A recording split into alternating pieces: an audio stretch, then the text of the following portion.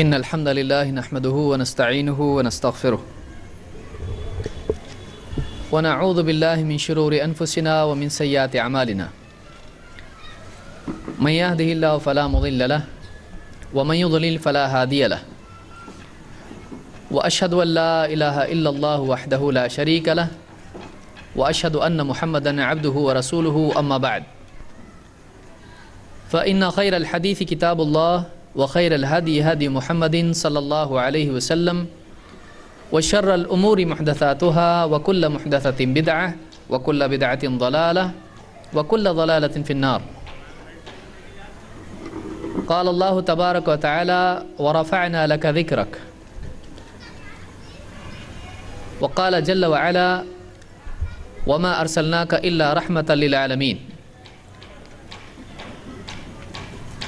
میرے دینی بھائیوں اور قابل احترام ماں اور بہنوں،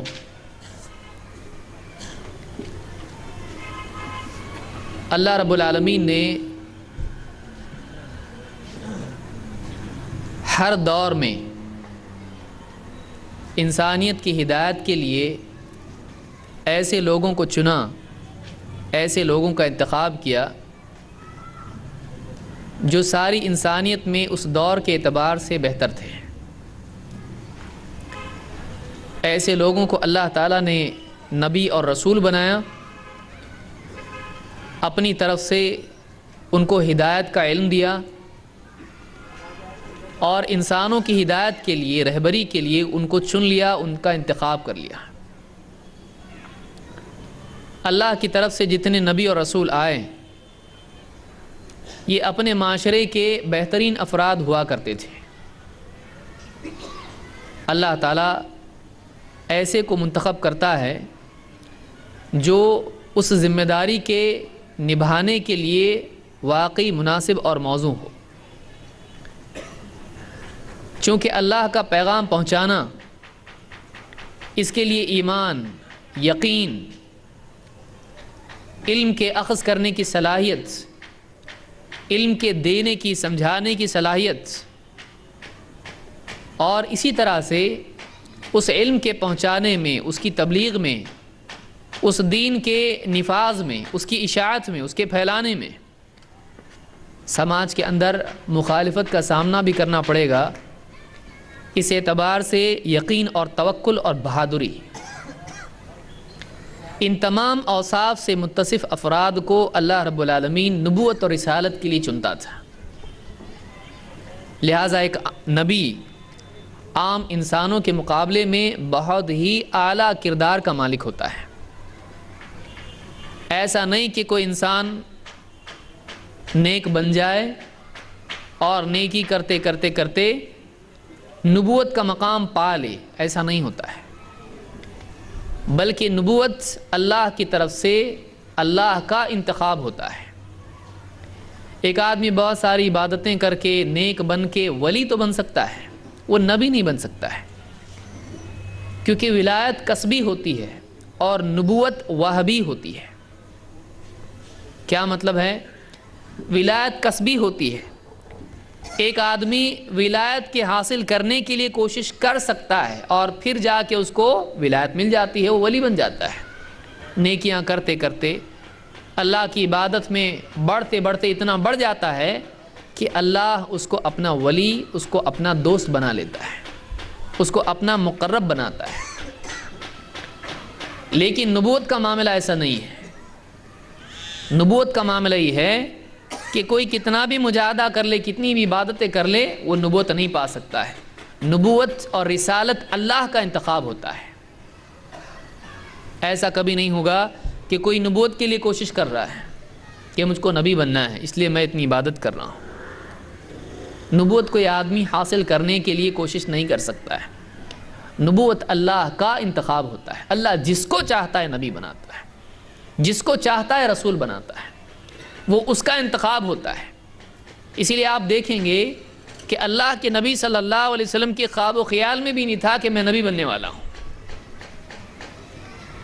جبریل آئے جب غار کے اندر بیٹھے ہوئے تھے آپ، اور آ کے کہا دبوچا، کہا پڑھو، اقرا، آپ نے کہا ما انا بقارئ، میں پڑھا لکھا نہیں ہوں۔ پھر بھیجا، پھر کہا پڑھ اقرا، پھر آپ نے وہی جملہ کہا، پھر بھیجا اس طرح سے دبوچا، اور اس کے بعد میں پھر پوری آیات اقرا بسم ربک الذی خلق۔ آپ وہاں سے جب لوٹے اپنے گھر پر تو کہا اے خدیجہ مجھے اپنی جان کا ڈر ہے، معلوم ہی نہیں نبی بننے والے، آپ کو نہیں معلوم تھا میں نبی ہوں۔ یہ اللہ کا انتخاب ہے کہ کوئی تمنا لیے ہوئے نبوت کی نبی بننا چاہ رہا ہے اور کرتے کرتے کرتے نبوت مل رہی ہے، ایسا نہیں ہوتا ہے۔ اللہ جس کو چاہتا ہے چنتا ہے۔ موسیٰ علیہ السلام جا رہے ہیں بیوی کو لے کر،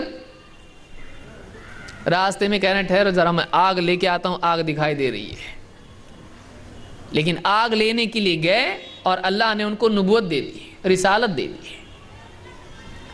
آگ لینے گئے اور اللہ نے آگ سے بچانے والا بنا کر بھیجا۔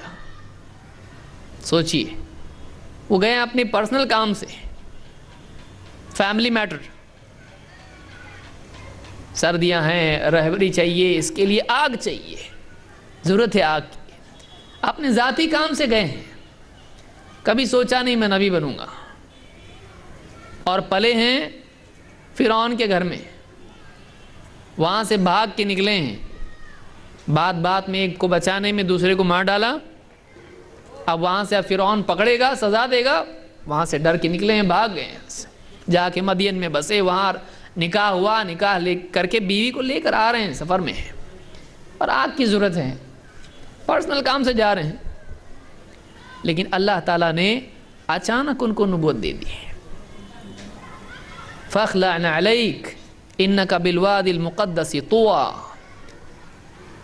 جوتیاں اتار دو، آپ ایک مقدس وادی طوا میں ہو۔ اور اللہ نے آگے پوری اپنی وحی بیان کی، سورہ طٰہٰ اگر کوئی پڑھ لے اس میں تفصیل اس کو مل سکتی ہے، اور بھی صورتوں میں ہے۔ تو اللہ تعالیٰ کی طرف سے انتخاب ہوتا ہے، اللہ جس کو چاہتا ہے چنتا ہے، اور اللہ کا انتخاب کبھی غلط نہیں ہوتا ہے، اللہ کا انتخاب کبھی ادنا نہیں ہوتا ہے، وہ اعلیٰ ہوتا ہے، کیونکہ خود اللہ سبح اسم ربک الاعلیٰ، پاکی بیان کر اس اللہ کی پاکی، تمام عیوب اور نقائص، کمیوں، کوتاہیوں، برائیوں، سارے عیبوں سے پاک اگر کوئی ہے، سبح اسم ربک الاعلیٰ، میرے رب کا نام ساری برائیوں سے، کمیوں سے، عیوب سے پاک ہے، وہ بڑا اعلیٰ ہے، الاعلیٰ۔ سجدے میں اس طرح کہ ہم کیا کہتے ہیں؟ سبحان ربی الاعلیٰ، پاک ہے میرا رب سارے عیبوں سے، اور سارے عیبوں سے پاک ہونے کے بعد وہ سب سے اعلیٰ ہے، عیوب سے پاک ہے، اور خوبیاں بھی اس میں ہیں، لیکن خوبیاں کیسی ہیں؟ الاعلیٰ، سب سے اونچی۔ تو جو سب سے اونچا ہے اس کا چناؤ بھی تو سب سے اونچا ہوگا، اس کا انتخاب بھی سب سے اعلیٰ ہوگا۔ اللہ رب العالمین نے ہر زمانے میں نبی بھیجے، اور ہوتے ہوتے ہوتے ہوتے ایک دور ایسا آیا کہ اب اللہ کے ہاں مقدر تھا، اب بس، اب یہ آخری، اس کے بعد نہیں، اس کے بعد کوئی نبی نہیں۔ اللہ تعالیٰ نے اس پورے نبوت اور رسالت کے سلسلے کو ختم کیا ایک ایسی شخصیت سے جو ہر اعتبار سے کامل تھی، اور اس کو سارے نبیوں کا سردار بنا دیا۔ اور خود اللہ تعالیٰ نے اللہ کے نبی محمد رسول اللہ صلی اللہ علیہ وسلم کی تعریف بیان کی، اور آپ کے اعلیٰ مقام کا تذکرہ کیا۔ دیکھیے دنیا میں کتنے لوگ آئے اور گئے، اور کئی بڑے لوگ آئے اور کئی لوگ آئے جن کو لوگوں نے بڑا بنایا، لیکن وہ بڑے تھے نہیں۔ کئی لوگوں کا کیا حال ہے، لوگوں کو کوئی پسند آتا ہے اس کو بہت بڑا بنا دیتے ہیں، پھر ان کے دل کے جیسا کچھ نہیں ہوتا ہے اس کو بالکل سر سے نیچے زمین پر پٹک دیتے ہیں۔ یہ چلتا رہتا ہے تاریخ میں۔ کسی کو بہت عزت دیتے ہیں، بڑی بڑی شخصیتیں ہوتی ہیں، پھر کچھ ایسا ہوتا ہے پورے ذلت کے گڑھے میں اس کو ڈال دیتے ہیں۔ لوگ کب کس کو عزت دیں گے، کب کس کو ذلیل کریں گے، کوئی بول نہیں سکتا ہے، وہ لوگ ہیں۔ لوگوں کا کسی کو بڑا بولنا اس کو بڑا نہیں بناتا ہے، اور لوگوں کا کسی کو چھوٹا بولنا اس کو چھوٹا نہیں بناتا ہے، لیکن واقعی بڑا، اونچا، اعلیٰ، واقعی اعلیٰ کون ہے؟ جس کو رب العالمین سب سے بہتر کہے، وہاں سے فیصلہ آتا ہے۔ کیوں؟ الا یعلم من خلق، کیا وہی نہیں جانے گا جس نے پیدا کیا ہے؟ کون کیا ہے؟ جو دلوں کے بھیدوں کو جانتا ہے، انسان کے انجام کو جانتا ہے، انسان کے دل کو جانتا ہے، اس کے مستقبل کو جانتا ہے، فیوچر کو جانتا ہے کہ آج وہ اگرچہ اچھا دکھائی دے رہا ہے، کل جا کے برا مرنے والا ہے، اس کو معلوم ہے۔ آج وہ برا دکھائی دے رہا ہے، کل جا کے توبہ کرنے والا ہے، اس کو فیوچر معلوم ہے۔ تو کسی کے بارے میں اچھا اور برا فیصلہ کرنے کا واقعی حق اگر کسی کو ہے، جس کا فیصلہ دلیل بن سکتا ہے، تو وہ اللہ ہے، کیونکہ وہ قیامت کے دن کا مالک بھی ہے، وہ انسانوں کے انجام کا بدلہ دینے والا ہے، ان کے اعمال کا بدلہ دینے والا ہے، انسانوں کا انجام طے کرنے والا ہے۔ اس اللہ نے اگر کسی کی تعریف کی تو واقعی وہ تعریف کے لائق ہے، اور اگر وہ اللہ کسی کو برا بتا دے تو سب مل کے بھی اگر اس کی تعریف کریں تو اچھا ہونے والا ہے؟ اچھا نہیں ہونے والا ہے۔ لہٰذا محمد رسول اللہ صلی اللہ علیہ وسلم کے بارے میں اللہ نے کیا فرمایا؟ اللہ تعالیٰ نے فرمایا وَرَفَعْنَا لَكَ ذِكْرَكَ۔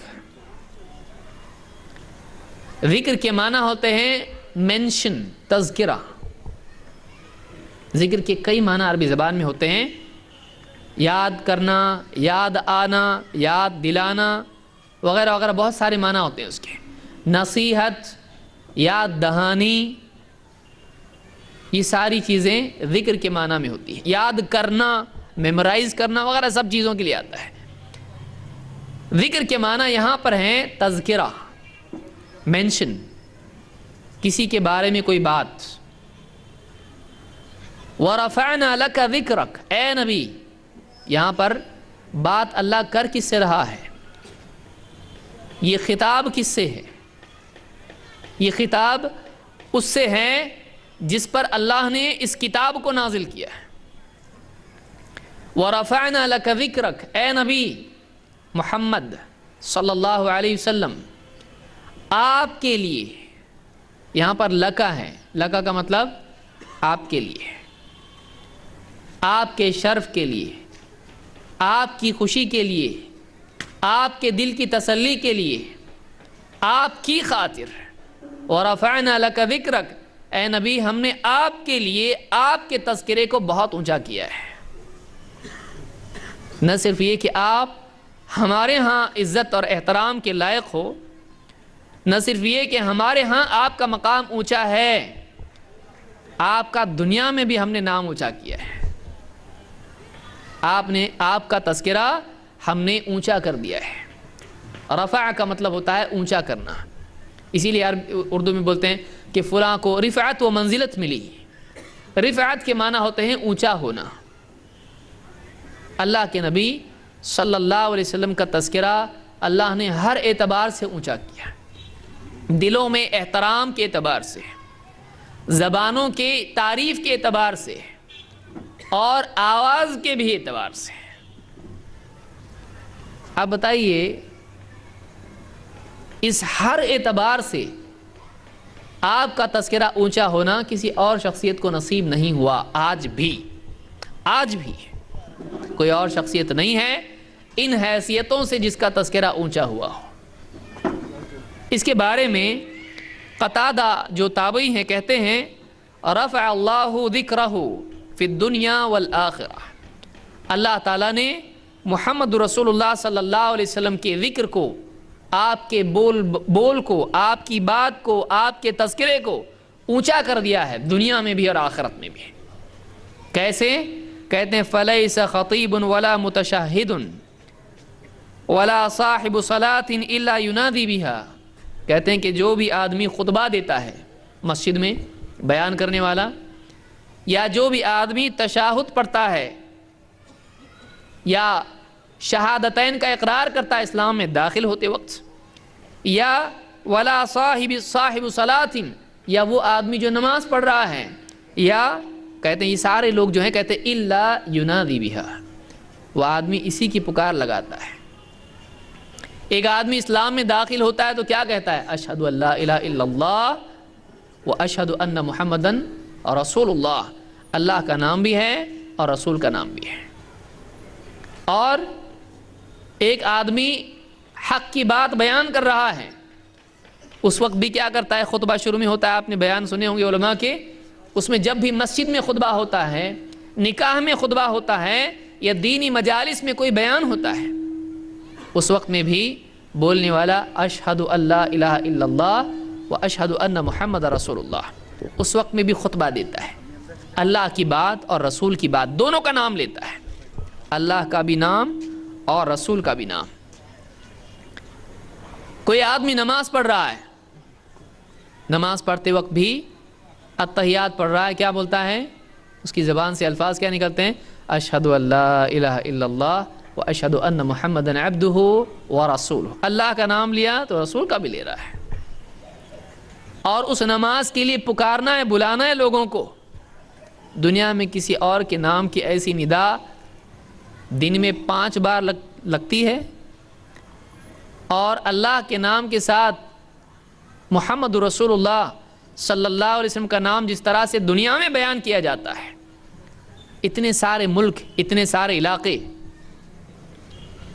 اتنے سارے ملک، دنیا کے اتنے بڑے بڑے کانٹیننٹس، افریقہ، امریکہ، آسٹریلیا اور کیا کچھ نہیں، عرب میں تو ہے ہی ہے، دنیا کے اتنے سارے علاقے، اتنے سارے اس میں ریاستیں، اتنے سارے شہر، گاؤں، دیہات، اور پھر کہیں پہ دن ہے تو کہیں رات ہے، کہیں پہ فجر کا وقت ہو رہا ہے، کہیں پر ظہر کا، کہیں پر عصر کا، کہیں پر مغرب کا، اور دنیا بھر میں اوقات کوئی 4 منٹ کا فرق، 5 منٹ کا فرق، 10 منٹ کا فرق، 1 گھنٹے کا فرق، ہر جگہ نماز کا وقت ہوتا چلا جا رہا ہے۔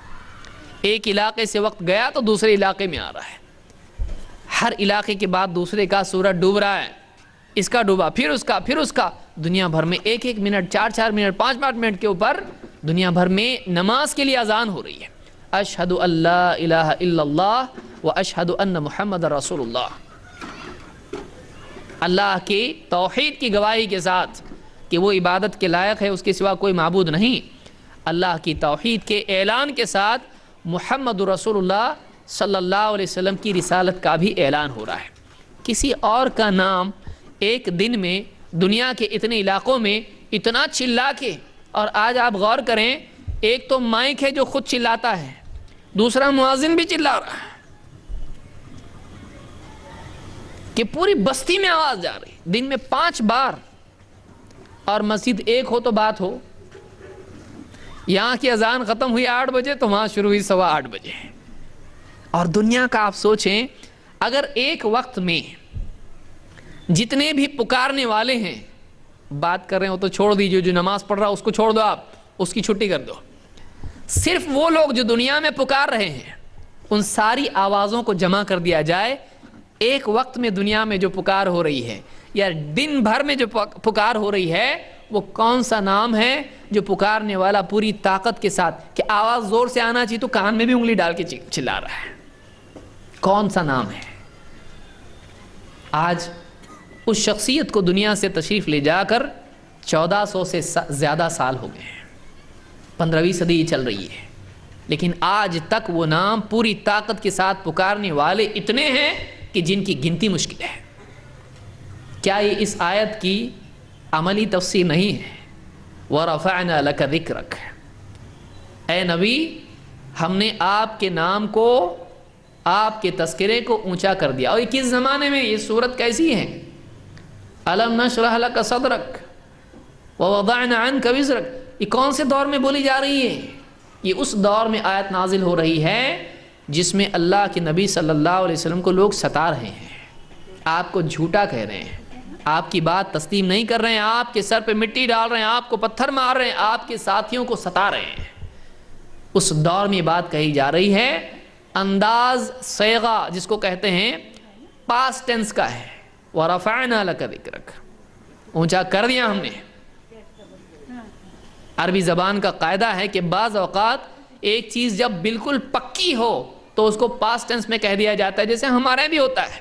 کوئی آدمی کہے صاحب میرا ایک کام ہے ذرا کر دیجئے، ہو گیا کام تیرا، سمجھ ہو گیا، ابھی تو شروع بھی نہیں کیا، آپ یہیں بیٹھے ہیں، ہو گیا، میں بولا نا ہو گیا، یعنی اتنا پکا ہے کہ ہو گیا، سمجھ.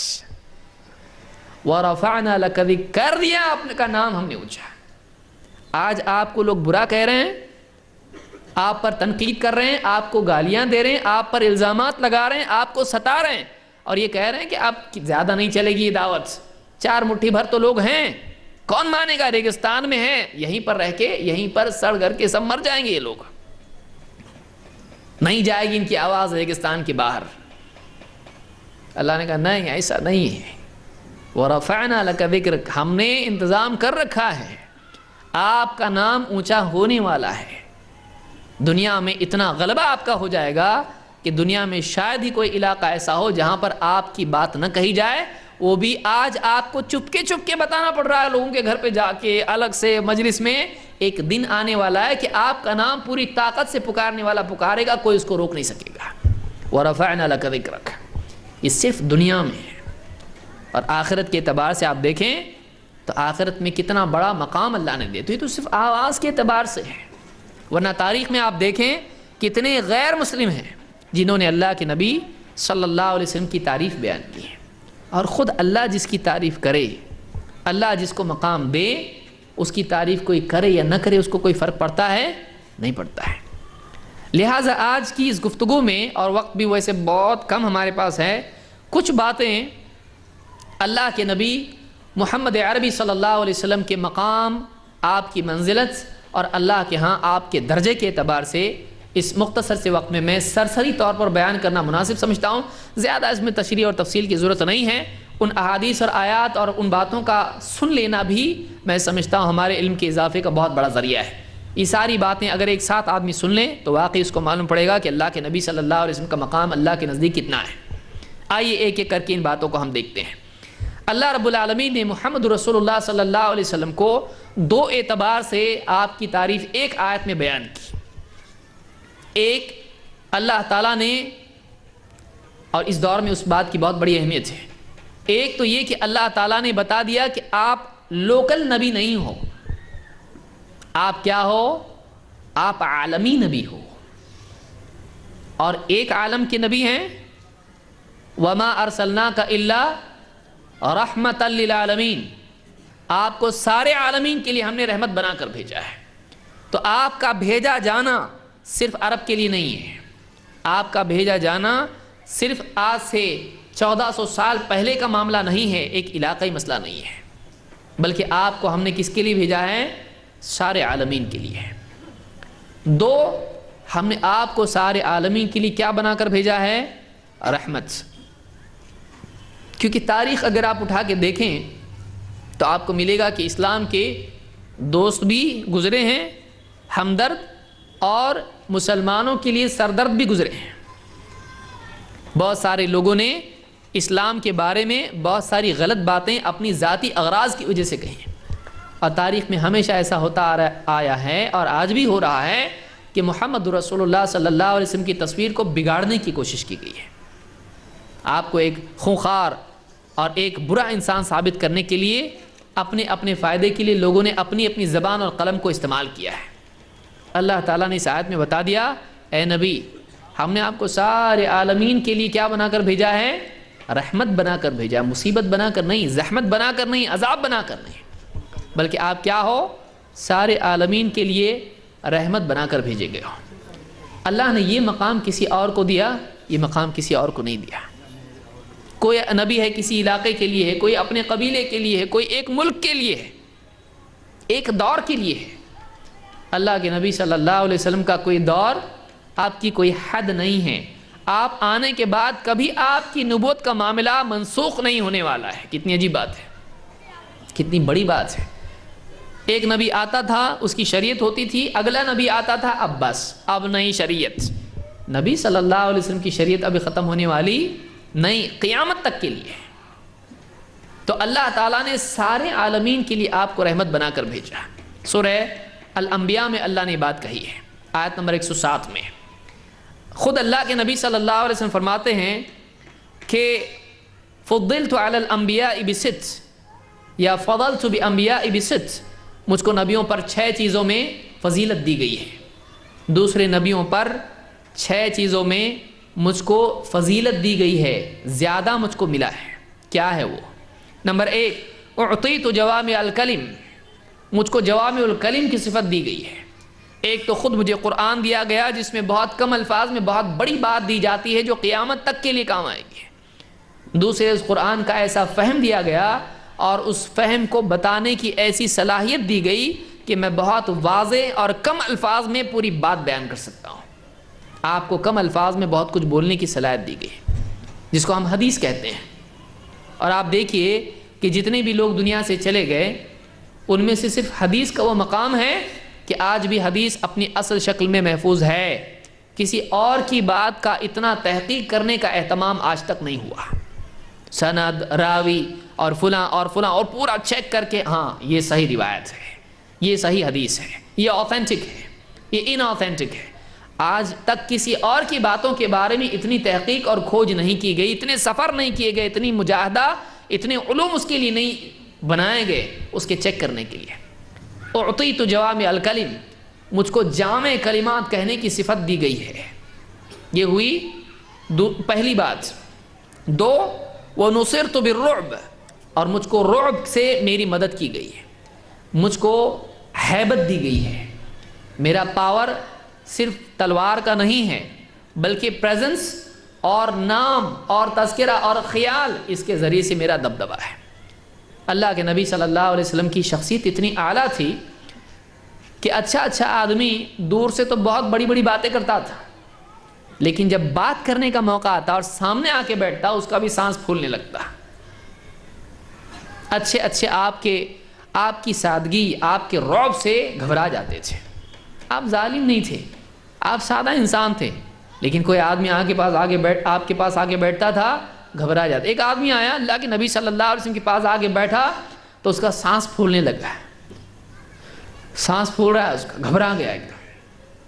اللہ کے نبی صلی اللہ علیہ وسلم نے کہا گھبرانے کی ضرورت نہیں ہے، میں ایک ایسی عورت کا بیٹا ہوں جو روٹی کے ٹکڑے کر کے اس کو بھگو کے کھاتی تھی۔ میں لست بملک، میں کوئی بادشاہ نہیں ہوں، میں کوئی بادشاہ نہیں ہوں۔ بادشاہ کے سامنے آدمی آتا ہے گھبراتا ہے، ذرا سا اس کی شان میں گستاخی ہوئی تو گردن قلم کر دی جائے گی۔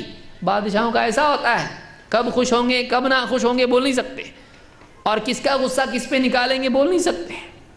کھانسی آئی ادھر اور اس کو دی پھانسی، اس کا کب موڈ چینج ہوگا معلوم نہیں۔ اس کے پاس پوری طاقت ہے، جو چاہے کر سکتا ہے، الٹیمیٹ ہے، اس کو کوئی روکنے والا نہیں۔ آپ نے کہا لست بملک، میں کوئی بادشاہ نہیں ہوں، گھبرانے کی ضرورت نہیں ہے، میں ایک ایسی عورت کا بیٹا ہوں جو روٹی کے ٹکڑے کر کے اس کو پانی میں بھگو کے کھاتی تھی، میں سادہ انسان ہوں۔ آپ کو لوگوں کو بتانا پڑتا تھا، ایسا لوگوں کا ڈر نکالنا پڑتا تھا۔ آپ کی شخصیت اتنی اعلیٰ تھی، بلکہ دور دور تک لوگ، آپ دیکھیے آپ نے کہا، ایک آدمی نے پوچھا آپ سے کون بچائے گا تم کو مجھ سے، آپ نے کہا اللہ۔ وہ ایک لفظ اس کے لیے جیسے کوئی گھونسا مارے کسی کو، اس کے ہاتھ پہ لکڑی مار دے، اس کے ہاتھ سے تلوار گر گئی۔ آپ کی بات کا، آپ کی ذات کا رعب اتنا تھا۔ تو آپ نے خود فرمایا کہ وَنُصِرْتُ بِالرُّعْبِ، یہ اللہ کی مدد تھی آپ کے لیے، مجھ کو رعب کے ذریعے سے مدد دی گئی ہے۔ اور آپ نے فرمایا 3، وَأُحِلَّتْ لِيَ الْغَنَائِمُ، غنیمت میرے لیے حلال کر دی گئی ہے۔ غنیمت کا مال جو جنگ کے بعد میں حاصل کیا جاتا ہے، دشمن چھوڑ کے بھاگتا ہے، اس مال کا کیا کریں؟ آپ نے فرمایا یہ میرے لیے حلال کیا گیا، یعنی اس کو مسلمان لے سکتے ہیں۔ پچھلی امتوں میں اس کو جلا دیا جاتا تھا، اللہ کی طرف سے آگ آتی تھی اور اس کو جلا دیتی تھی، کوئی آدمی لے نہیں پاتا تھا، لیکن اس امت کے لیے اس کو حلال کیا گیا۔ وَجُعِلَتْ لِيَ الْأَرْضُ طَهُورًا وَمَسْجِدًا، اور میرے لیے ساری زمین مسجد اور طہور بنا دی گئی، کہیں بھی نماز پڑھ سکتے ہیں، کوئی خاص جگہ کی ضرورت نہیں ہے۔ سفر میں ہیں، نماز کا وقت ہو گیا، جنگل میں ہیں، کھیت میں ہیں، بیابان میں ہیں، ریگستان میں ہیں، کہیں بھی نماز کا وقت ہو جائے، یہ ضروری نہیں کہ چلو یہاں مسجد نہیں تو نماز بھی نہیں پڑھ سکتے، اور پھر پانی وضو کے لیے نہیں تو پھر نماز کینسل نہیں۔ میرے لیے پوری زمین مسجد بھی بنا دی گئی اور طہور بھی، کہیں بھی نماز پڑھ سکتے ہیں اور اگر پانی نہیں ہے تو تیمم اس کی مٹی سے کر سکتے ہیں. ہر جگہ دونوں اویلیبل ہیں. جگہ اویلیبل نہیں ہے کہیں بھی اویلیبل ہے, مٹی ہر جگہ اویلیبل ہے. میرے لیے اتنی آسانی کر دی گئی, کسی جگہ کو ریسٹرکٹ نہیں کر دیا گیا یہاں نماز پڑھنا پڑے گا, نہیں, کہیں بھی پڑھو, اللہ کی عبادت کہیں بھی کرو. وہ ارض اللہ واسعہ, اللہ کی زمین بڑی وسیع ہے. پھر وَأُرْسِلْتُ إِلَى الْخَلْقِ كَافَةً, اور مجھے ساری مخلوق کی طرف, سب کے سب, ساری مخلوق کی طرف مجھے رسول بنا کر بھیجا گیا ہے. عرب والے, چین والے, فلاں والے, کسی ایک علاقے والے نہیں, ساری دنیا کے بسنے والے انسان, گورے, کالے, نیلی آنکھوں والے, باریک آنکھوں والے, چینی, جاپانی, حبشی, عرب, عجم, سب کے لیے. یہ نہیں بول سکتے عرب کے ہمارے نہیں ہیں, نہیں, وہ چین والوں کے لیے بھی ہیں, اور وہ جاپان والوں کے لیے بھی ہیں, اور برما والوں کے لیے بھی ہے, انگلینڈ والوں کے لیے بھی ہے, اور افریقہ والوں کے لیے بھی ہے. ایک رسول ساری انسانیت کے لیے. تاریخ میں کبھی ایسا نہیں ہوا, اس لیے آپ نے فرمایا کسی اور نبی کو نہیں ملا. آپ نے فرمایا وَأُرْسِلْتُ إِلَى الْخَلْقِ كَافَةً, کہ مجھے ساری انسانیت کی طرف, نہ صرف ساری انسانیت بلکہ ساری خلق کی طرف, کریشن, ساری خلق کی طرف مجھے رسول بنا کر بھیجا گیا ہے. اور آپ نے فرمایا وَخُتِمَ بِيَ النَّبِيُّونَ, اور میرے ذریعے سے نبیوں کا سلسلہ ختم کر دیا گیا. یعنی میں نبیوں کی لائن میں, نبیوں کی جو ایک کے بعد ایک نبی آتے گئے, اس سلسلے میں آخری ہوں. میرے ذریعے سے نبوت کے لیے میں خاتم ہوں اور خاتم ہوں. خاتم کہتے ہیں سیل لگانے کو, کمپلیٹ ہونے کے بعد سیل لگائی جاتی ہے. آپ دیکھیے, آپ نوٹ کیا ہوتا ہے, اس کو 100 کے 100 جمع کیا آپ نے, اور کیا کر دیا, اس کو سیل کر دیا, اس پہ 100, اس پہ سٹیمپ لگایا جاتا ہے. تھیلی ہوتی ہے, تھیلی 100 کی پہلے زمانے میں بند کرتے تھے, 1000 کی, 10,000 کی, جو بھی ہے, اس کو گانٹھ مارتے تھے, اس میں سیل کر دیتے تھے, مہر اس پر لگا دی جاتی. یہ پرفیکٹ ہے, یہ کمپلیٹ ہے. میرے ذریعے سے نبوت کا سلسلہ ختم, اب پرفیکٹ ہو گیا معاملہ. اس لیے کہ اللہ نے کیا فرمایا, اليوم اکملت لکم دینکم, آج میں نے تمہارے لیے تمہارا دین کامل کر دیا. اور صرف علمی اعتبار سے کامل نہیں کیا گیا, بلکہ اس دین کو محفوظ رکھنے کا معاملہ قیامت تک کے لیے کامل کر دیا گیا. پہلے نبیوں کا کیسا ہوتا تھا, ایک نبی آیا, اس نے بات کی, لوگوں نے بعد میں اپنی طرف سے جیب سے نکال کے ملانا شروع کیا, اس میں میری سمجھ میں یہ آتا ہے کہ ایسا, اس کی سمجھ میں آتا ہے ایسا. نبی کی بات ان کی باتوں میں مکس ہو کے کنفیوژن کریٹ ہو جاتا تھا, لوگوں کو فرق کرنا ممکن نہیں رہتا تھا, ہیرا کیا ہے اور پتھر کیا ہے, حق کیا ہے باطل کیا ہے, باتیں مل جاتی تھی. لیکن اللہ نے خود ذمہ لیا آپ کے دین کی حفاظت کا. اِنَّا نَحْنُ نَزَّلْنَا الذِّكْرَ وَإِنَّا لَهُ لَحَافِظُونَ, اس قرآن کو, اس نصیحت کی کتاب کو ہم نے نازل کیا اور ہم اس کے محافظ ہیں. اللہ نے اپنے ذمہ لے لیا کہ اب اس میں کوئی چینج نہیں کر پائے گا. 1400 سال ہوئے نا, ابھی 1000 سال سے زیادہ ہو گئے, آج تک وہی قرآن ہے. اور عیسیٰ علیہ السلام کی آپ انجیل کو دیکھیں, اس سے صرف 600 سال پرانے ہیں اللہ کے نبی صلی اللہ علیہ وسلم سے, لیکن آج تک کوئی فائنل ٹیکسٹ تک لوگ نہیں پہنچ پائے, کیونکہ اتنے ورژنز ہیں کہ ان میں سے واقعی ٹیکسٹ کون سا ہے, گریک, ہیبرو, کون سی لینگویج, لیٹن, کیا کیا کریں گے, وہ اس تفصیل میں جانا بھی نہیں چاہتا. ابھی لوگوں نے اپنی طرف سے انٹرپریٹیشن کے نام پر اصل ٹیکسٹ کے اندر, اصل کتاب کے اندر وہ کچھ لکھ دیا کہ اصل کتاب اور انسان کا کلام اتنا مکس ہو گیا کہ وہ بریکٹس غائب ہو گئے اور وہ سب مکس ہو گیا اللہ کے کلام میں انسان کا کلام. نبی کے بارے میں ایسا نہیں, اب ختم سلسلہ, اب یہ آخری ہے. ان کی امت میں ایسے لوگ پیدا ہوں گے جو اس کو محفوظ رکھیں گے. اور آج تک قرآن ویسے ہی ہے. عرب میں جاؤ آپ, افریقہ میں جاؤ, انگلینڈ میں جاؤ, کہیں بھی جاؤ آپ, ذرا قرآن پڑھ کے سنا بیٹا. چینی کو بھی بولو آپ, اقرأ القرآن, پڑھ ذرا قرآن. وہ کیا پڑھے گا, کوئی دوسرا پڑھے گا, وہ آنکھ بند کر کے بغیر دیکھے بغیر پڑھے وہ وہی پڑھے گا. ذرا لے کے آ بیٹا تیرے گھر پہ سے قرآن, کوئی دوسرا لے کے آئے گا, وہ وہی لے کے آئے گا. کیا ہوگا ان لوگوں کو؟ پوری دنیا میں سب کے پاس یہ قرآن, ہاں یہ قرآن ہے. اب نبی کے آنے کی ضرورت نہیں ہے, کیونکہ اللہ نے سیف رکھا ہے. کیوں ضرورت پڑتی تھی؟ اس کا سارا علم برباد ہو جاتا تھا. اب نہیں, اب یہ بالکل آباد ہے. اب گھر گھر میں قرآن ہے, اتنے حفاظ قرآن کے. اور قرآن تو قرآن, حدیثیں یاد رکھ رہے ہیں, اس کی سند یاد رکھ رہے ہیں کہ کس نے کس سے کہا, کس نے کس سے کہا, اور اس نے سنا نبی سے, وہ یاد رکھ رہے ہیں. آپ بتائیے اس سے زیادہ انفارمیشن کی سیفٹی اور سیکیورٹی کیا ہو سکتی ہے؟ اب ضرورت نہیں نبی آنے کی ہے. عیسیٰ علیہ السلام آئیں گے, وہ ایک کام کرنے کے لیے آئیں گے جو ان کو کرنا ہے, ڈیوٹی پہ آئیں گے. وہ اس امتی کے پیچھے نماز پڑھیں گے, اس نبی کی امتی کے پیچھے نماز پڑھیں گے.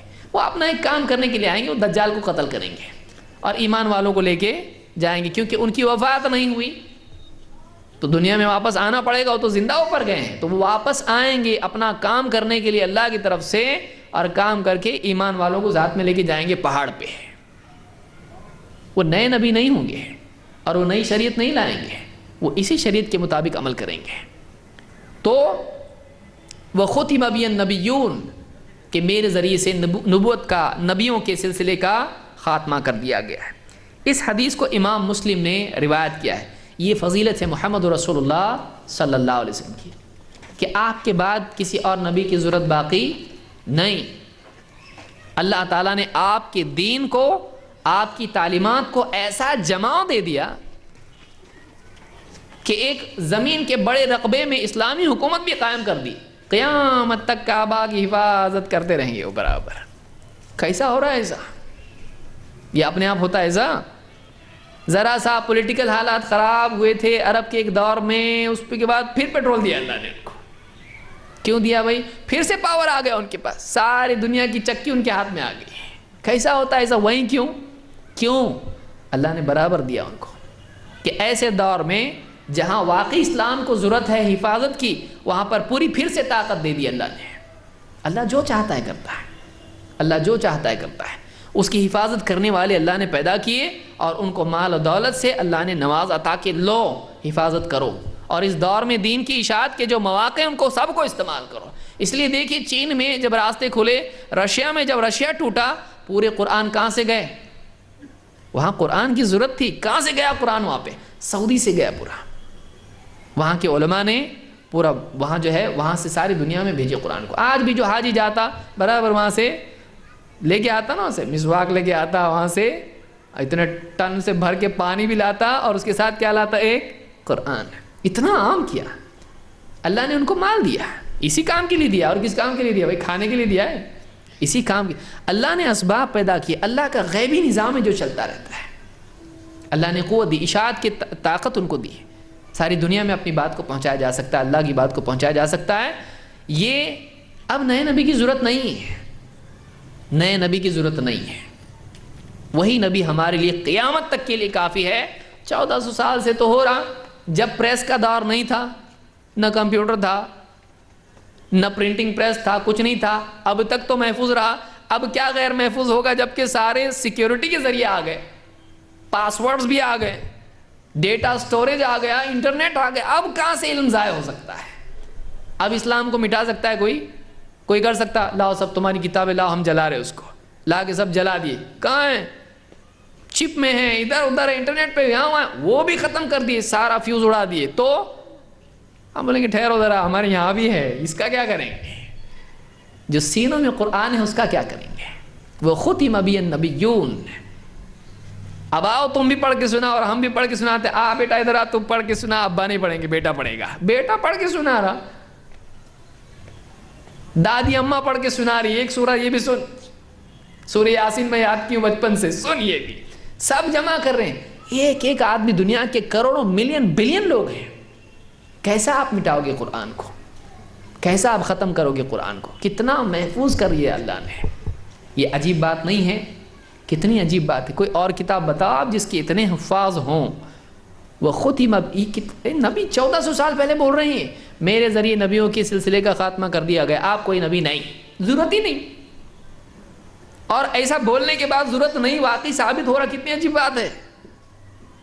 کوئی بول سکتا تھا نہیں وہ بات اسٹیٹمنٹ کینسل ہو گئی، ضرورت ہے ابھی. کسی نے ہمت کی آج تک نہیں. حالات ایسے کیوں بنتے جا رہے ہیں کہ واقعی وہ بات کنفرم ہوتی جا رہی کہ نہیں واقعی ضرورت نہیں ہے، کیونکہ علم محفوظ ہوتا جا رہا ہے. پہلے نہیں رہتا تھا، اب ہو رہا ہے. یہ نبوت کی دلیل ہے، یہ اللہ کے نبی صلی اللہ علیہ وسلم کے واقعی نبی ہونے کی دلیل ہے.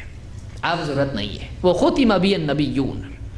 لہٰذا یہ آپ کی فضائل میں سے 6 باتیں خود آپ نے بیان کی ہیں. اور آگے آئیے، اللہ کے نبی صلی اللہ علیہ وسلم کی فضیلت میں سے آپ کے مقام کو سمجھنے کے لیے یہ بھی یاد رکھنے کی چیز ہے کہ دیکھیے انسانوں میں 2 قسم کے لوگ ہوتے ہیں، مومن غیر مومن، ایمان والا کفر کرنے والا. کفر کرنے والا برا، ایمان والا اعلیٰ. ایمان والوں میں پھر کیا ہوتا ہے؟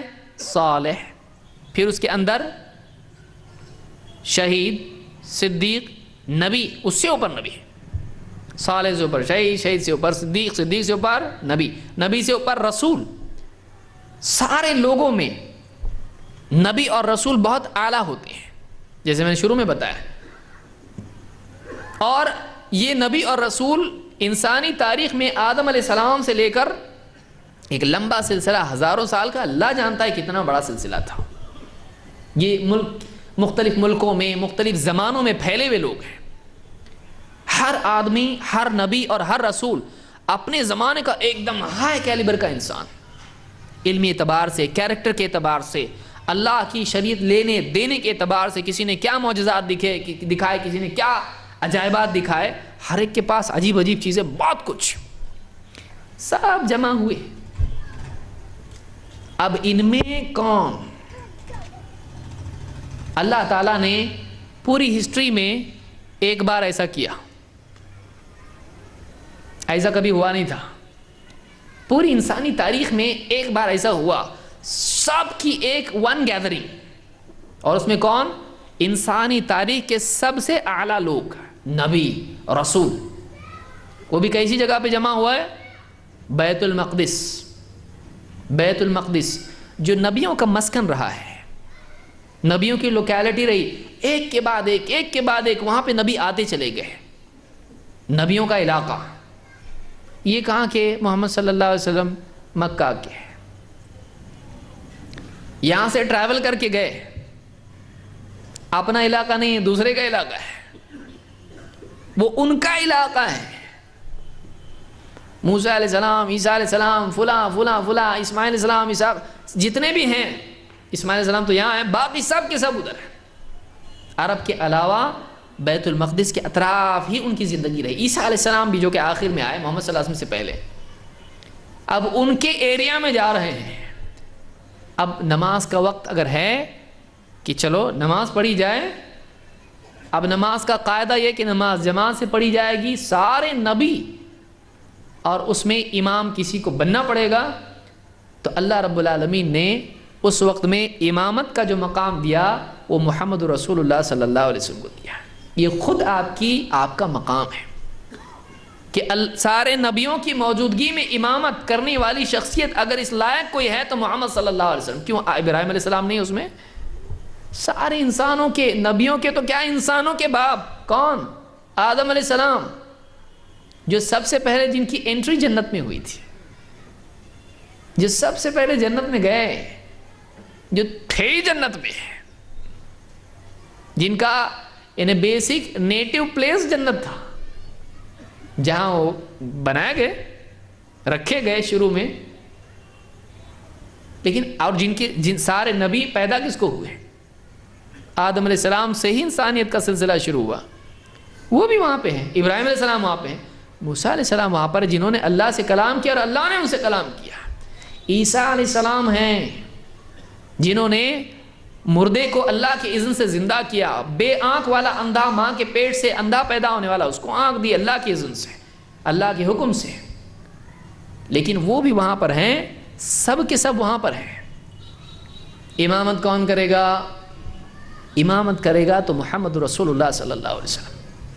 یہ اللہ کے نبی صلی اللہ علیہ وسلم کا مقام ہے. آپ خود فرماتے ہیں کہ اتینا الی بیت المقدس، میں اور جبریل بیت المقدس آئے، دوسرا علاقہ ہے وہ، اتنا سفر کر کے آئے، اور فصلیت فیہ بالنبیین والمرسلین اماما، تو میں نے بیت المقدس میں سارے نبی اور سارے رسولوں کو نماز پڑھائی، ثم عرج بی الی السماء الدنیا، پھر مجھے یہاں سے آسمان پر لے جایا گیا، نچلا آسمان، پہلا آسمان، اس پر لے جایا گیا۔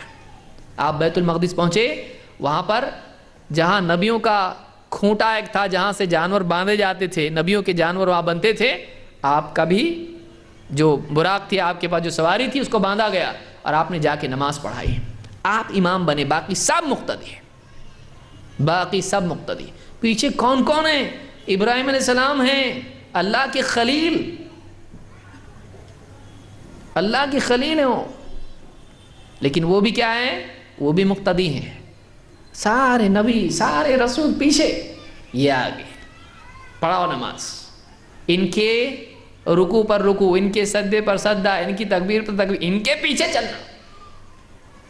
افسوس کہ مسلمان نے آج وہ مقام نبی کو زندگی میں دیا کہ نہیں دیا، کہ اپنی زندگی میں امامت کا درجہ کہ عقیدے میں، عبادات میں، اخلاق میں، حلال و حرام کی تقسیم میں، سیرت و کردار میں، معاشرتی آداب میں، سوچ کے اعتبار سے، عمل کے اعتبار سے، قول کے اعتبار سے، کردار کے اعتبار سے، ہر چیز میں اپنی زندگی میں امامت کا مقام نبی صلی اللہ علیہ وسلم کو دے۔ آپ نے بتایا صحیح تو صحیح، آپ نے بتایا غلط تو غلط، آپ نے جو جیسا کیا میں وہ کروں گا ویسا کروں گا، کہ آپ کی تابعداری کرنا۔ اتنے بڑے بڑے نبی آپ کے پیچھے رکوع سجدہ کر رہے ہیں، جب آپ نے کیا تو کر رہے ہیں، آپ کے پیچھے پیچھے۔ اور ایک مسلمان نہیں کر سکتا ہے جو دعویٰ کر رہا ہے، جو دعویٰ کر رہا ہے میرے نبی ہیں وہ، اچھا کتنا اپنا بنایا تو نے؟ وہ تیرے ہیں، تو ان کا ہے کیا؟ ٹھیک ہے تیرے ہیں، کب سے ہوئے؟ میرے ہیں، حق جتانے کے لیے کتنا اپنے اوپر حق دیا نبی کو، تیرے چہرے پر نبی کی سنت، تیرے جسم پر نبی کی سنت، تیرے گھر میں نبی کی سنت، تیری دکان میں نبی کی سنت کہاں ہے؟ کہیں پہ تو نبی کو حق دیا نہیں داخل ہونے کا، اور کہتا ہے میرے ہیں، اپنوں کو کوئی گھر سے نکالتا ہے؟ تیرے ہیں، اپنی زندگی کے ہر شعبے سے تو نبی کو نکال رہا ہے، نبی کی سنت کو نکال رہا ہے، اور پھر کہتا ہے میرے ہیں، تو مذاق کر رہا ہے، سچ بول رہا ہے، جھوٹ بول رہا ہے، کیا بول رہا ہے تو؟ فصلیت بالنبیین والمرسلین اماما، تو میں نے سارے نبیوں کو اور رسولوں کو نماز پڑھائی، ان کی امامت کی ہے، اور وہاں سے آپ آسمان کی طرف گئے، یہ بھی چیز کسی اور کو نہیں ملی ہے۔ اللہ تعالیٰ فرماتا ہے سبحان الذی اسری بعبدہ لیلا من المسجد الحرام الى المسجد الاقصى الذی بارکنا حولہ لنریہ من آیاتنا انہ هو السمیع البصیر۔ پاک ہے وہ ذات، پاک ہے وہ اللہ، سارے عیبوں سے پاک، اس کے لیے کوئی چیز مشکل نہیں، پاک ہے وہ اللہ جو راتوں رات اپنے نبی کو لے گیا مسجد حرام سے مسجد اقصیٰ تک، وہ مسجد جس کے اطراف کو ہم نے برکتوں سے بھر دیا ہے، الذی بارکنا حولہ لنریہ من آیاتنا، تاکہ اپنی نشانیوں میں سے بعض نشانیاں اپنے اس بندے کو دکھائیں۔ اللہ نے اپنی طرف سے سواری بھیجی، اپنے فرشتوں میں سے سب سے بڑے فرشتے کو ریسیو کرنے کے لیے بھیجا، لے کے آؤ ان کو، کہاں لاؤ؟ آسمان، پہلے لے جاؤ، جتنے بڑے بڑے نبی تھے پہلے ان کی امامت کراؤ،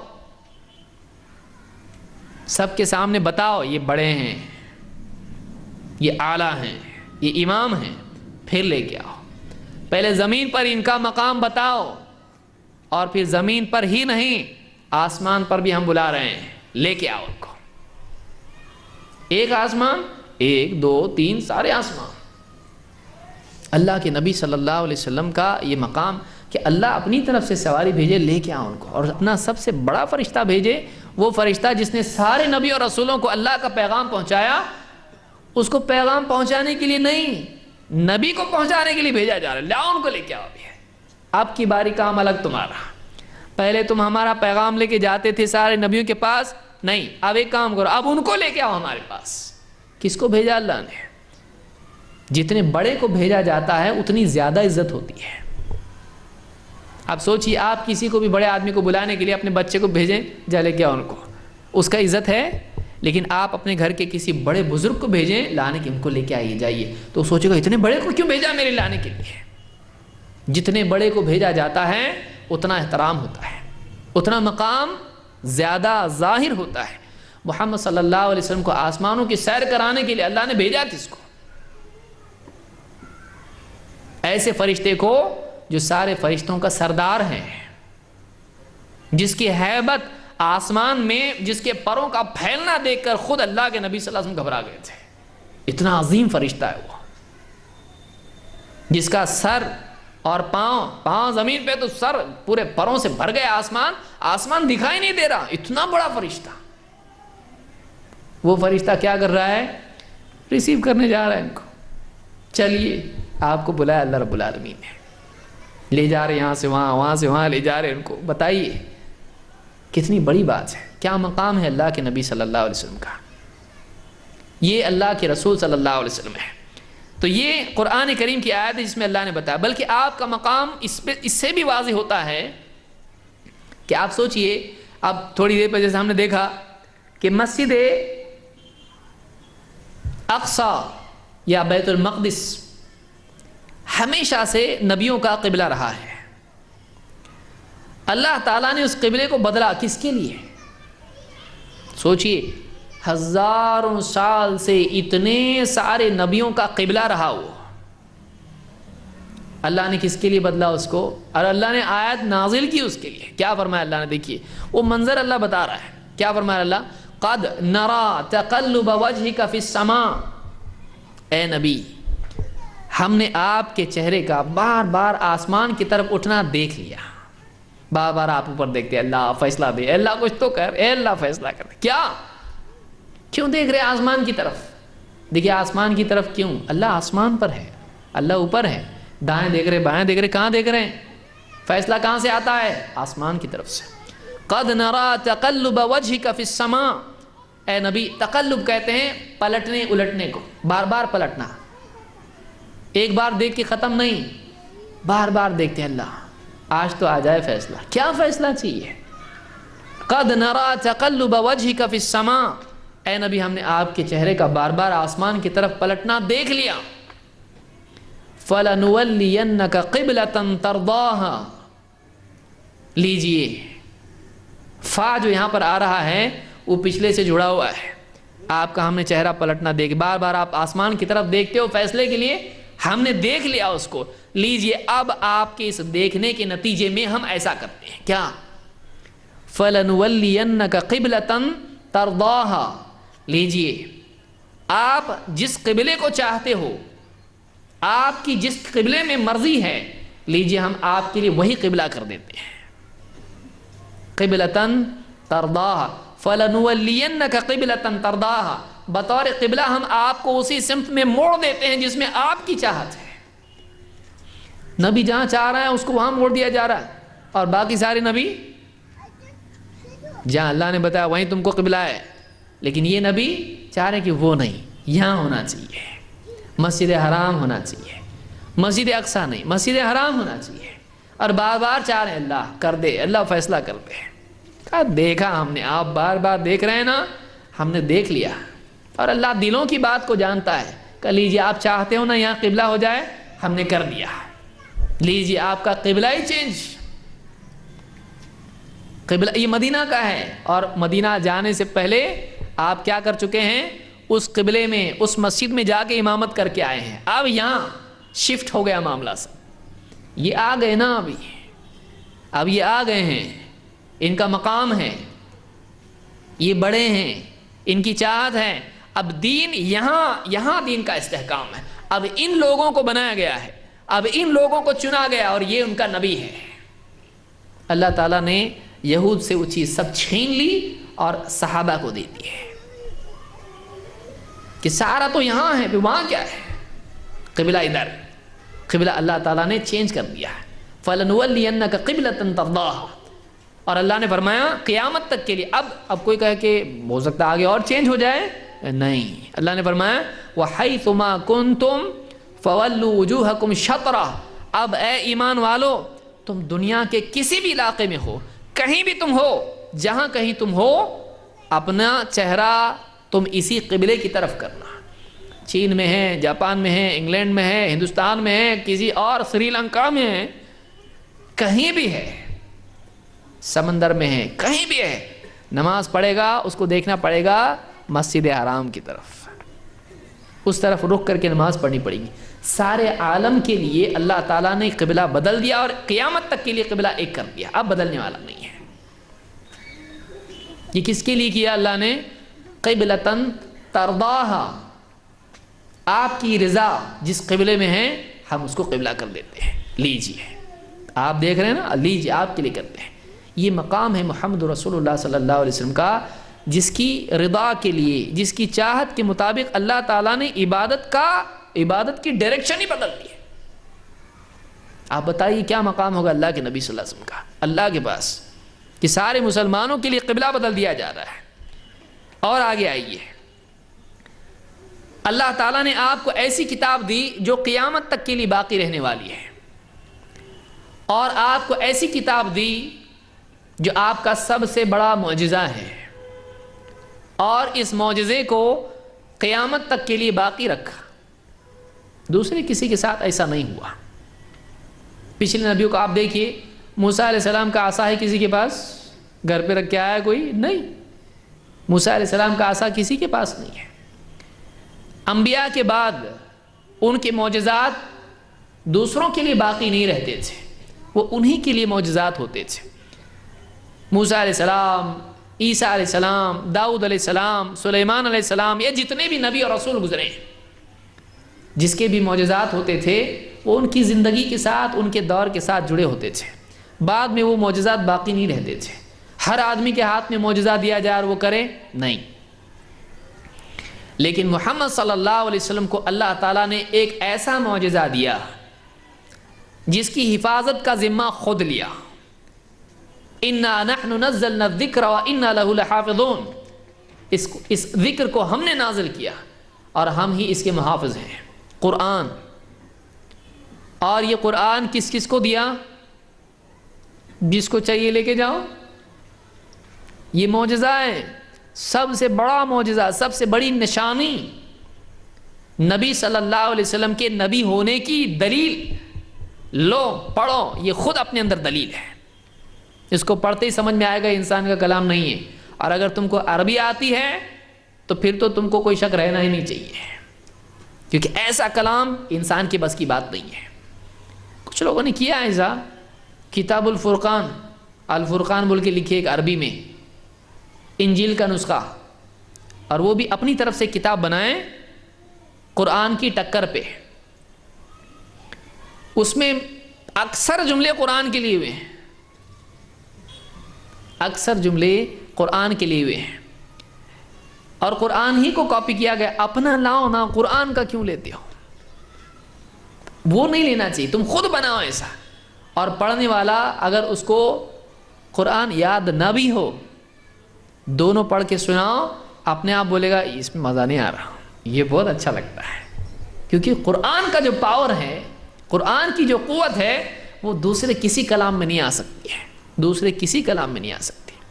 خود نبی کا کلام اتنا اعلیٰ ہونے کے باوجود اگر حدیث کوئی پڑھے اور قرآن پڑھے تو آپ دیکھیے سماعت کے اعتبار سے اس کی لذت ایک عجیب لذت ہے. قرآن کی بات ہی الگ ہے. حالانکہ حدیث بھی چونکہ وہ ایکسپلینیشن ہے, وہ الگ الگ لوگوں کو الگ الگ الفاظ میں آپ نے سمجھایا, ان کی سمجھ کے اعتبار سے سمجھایا.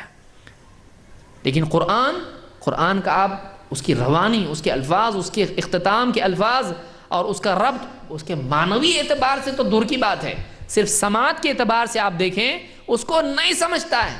آپ ساری دنیا کے لوگوں کو جمع کیجئے, تو تیری کتاب پڑھ, تو تیری کتاب پڑھ, تو تیرے دل سے لکھی ہوئی بھی پڑھ چلے گا.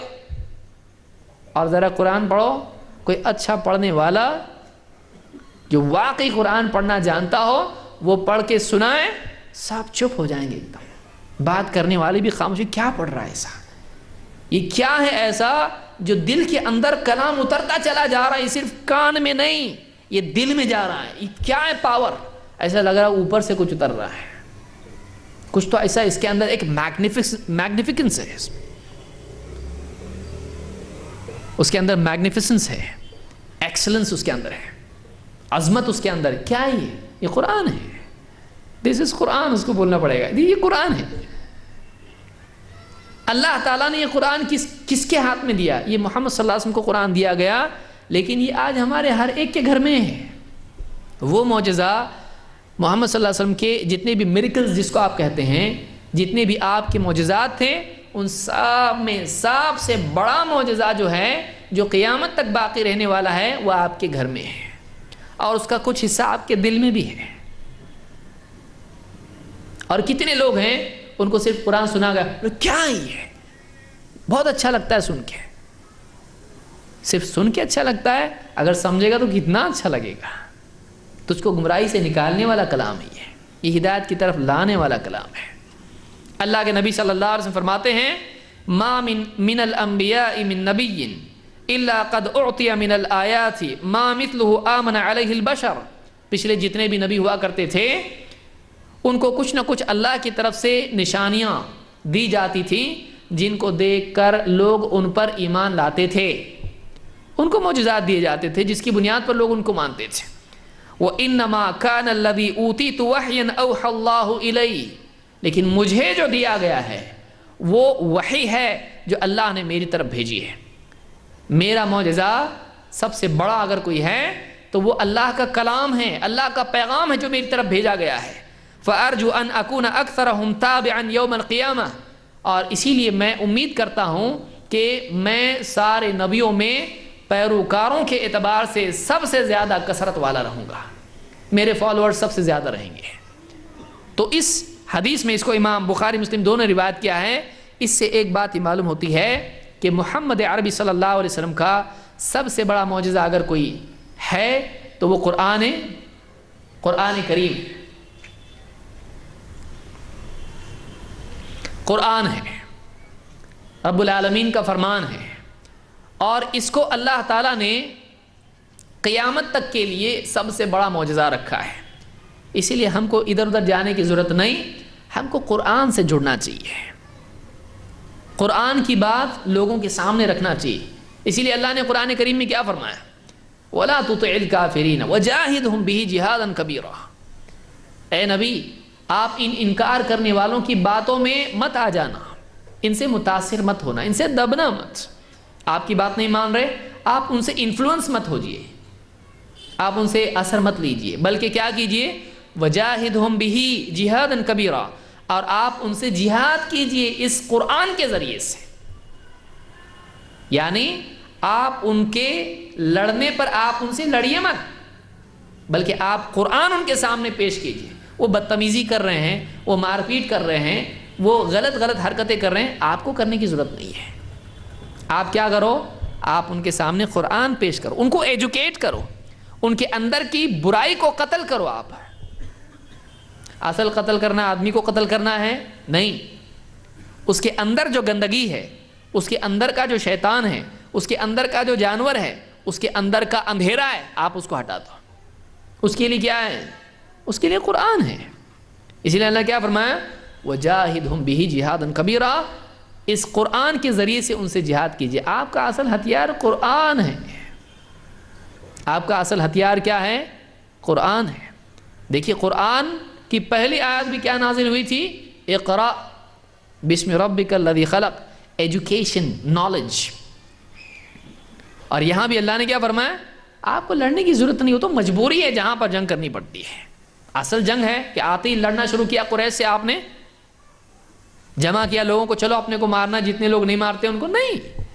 آپ نے کیا کیا؟ دعوت دی، ایجوکیٹ کیا، قرآن سمجھایا. جو بھی آدمی آتا تھا آپ کے ساتھ برا سلوک بھی کرتا تھا، آپ اس کو قرآن سمجھاتے تھے. دیکھو یہ پیغام ہے.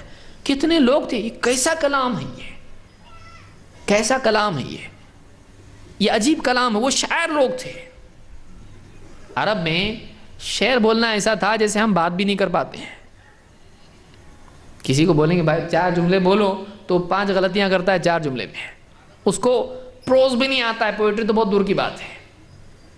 لیکن عربوں کا حال یہ تھا کہ اپنے دل کی بات کہنے کے لیے اگر کھڑے ہو جائیں تو اس وقت آن دا اسپاٹ وہ 50-100 شعر سنا دیتے تھے. شعر کہنے کے لیے کیا چاہیے؟ زبان پر گرفت چاہیے، لینگویج کے اوپر اتنا کمانڈ چاہیے. وہ کوئی بھی ورڈ ادھر سے اٹھا کے کہیں بھی رکھ سکتا ہے، سیٹ کر کے اس کو برابر دے سکتا ہے. اس کے پاس کانسیپٹ ہے اور اس کے پاس ورڈز ہیں. جس کے پاس دونوں چیزیں زیادہ ہوں وہ آدمی بہت اچھا شاعر ہو سکتا ہے. یاد رکھیے اس کو. جس کے پاس بولنے کے لیے بات ہے اور اس بات کے لیے الفاظ ہیں اور اس کے پاس کمانڈ ہے ان الفاظ کو استعمال کرنے کا، شاعر ہو سکتا ہے. عرب بہت شعر کے اعتبار سے مشہور لوگ تھے. وہ دوسروں کو عجمی بولتے تھے، گونگے کہیں کے. بولنے والے تو ہم ہیں جو صرف بات نہیں کرتے ہیں بلکہ بات بھی شعر میں کرنا شروع کر دیتے ہیں. اس کو تو بولتے ہیں نا. واہ واہ کب بولتا ہے آدمی؟ جب خالی بات کر رہا ہے تب بولتا ہے. ذرا آپ 10 جملے بولنے کے بعد ایک شعر بولو تو پبلک کے کان کھڑے ہو جاتے ہیں، کیونکہ شعر کو آدمی بولتا ہے واقعی یہ بات ہے. عرب ایسے تھے، وہ بات بھی شعر میں کر دیتے تھے، اتنی طاقت ان کے پاس تھی.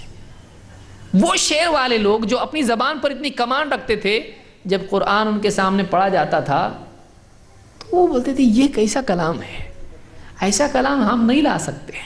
عمر رضی اللہ تعالیٰ کو آپ دیکھیے، ایک ایک الفاظ. ضماد رضی اللہ تعالیٰ کو دیکھیے، کتنے صحابہ ہیں، 3 آیتیں سن لیتے تو کہاں سے لائے، کیسا ہے یہ، انسان کا کلام نہیں ہو سکتا ہے.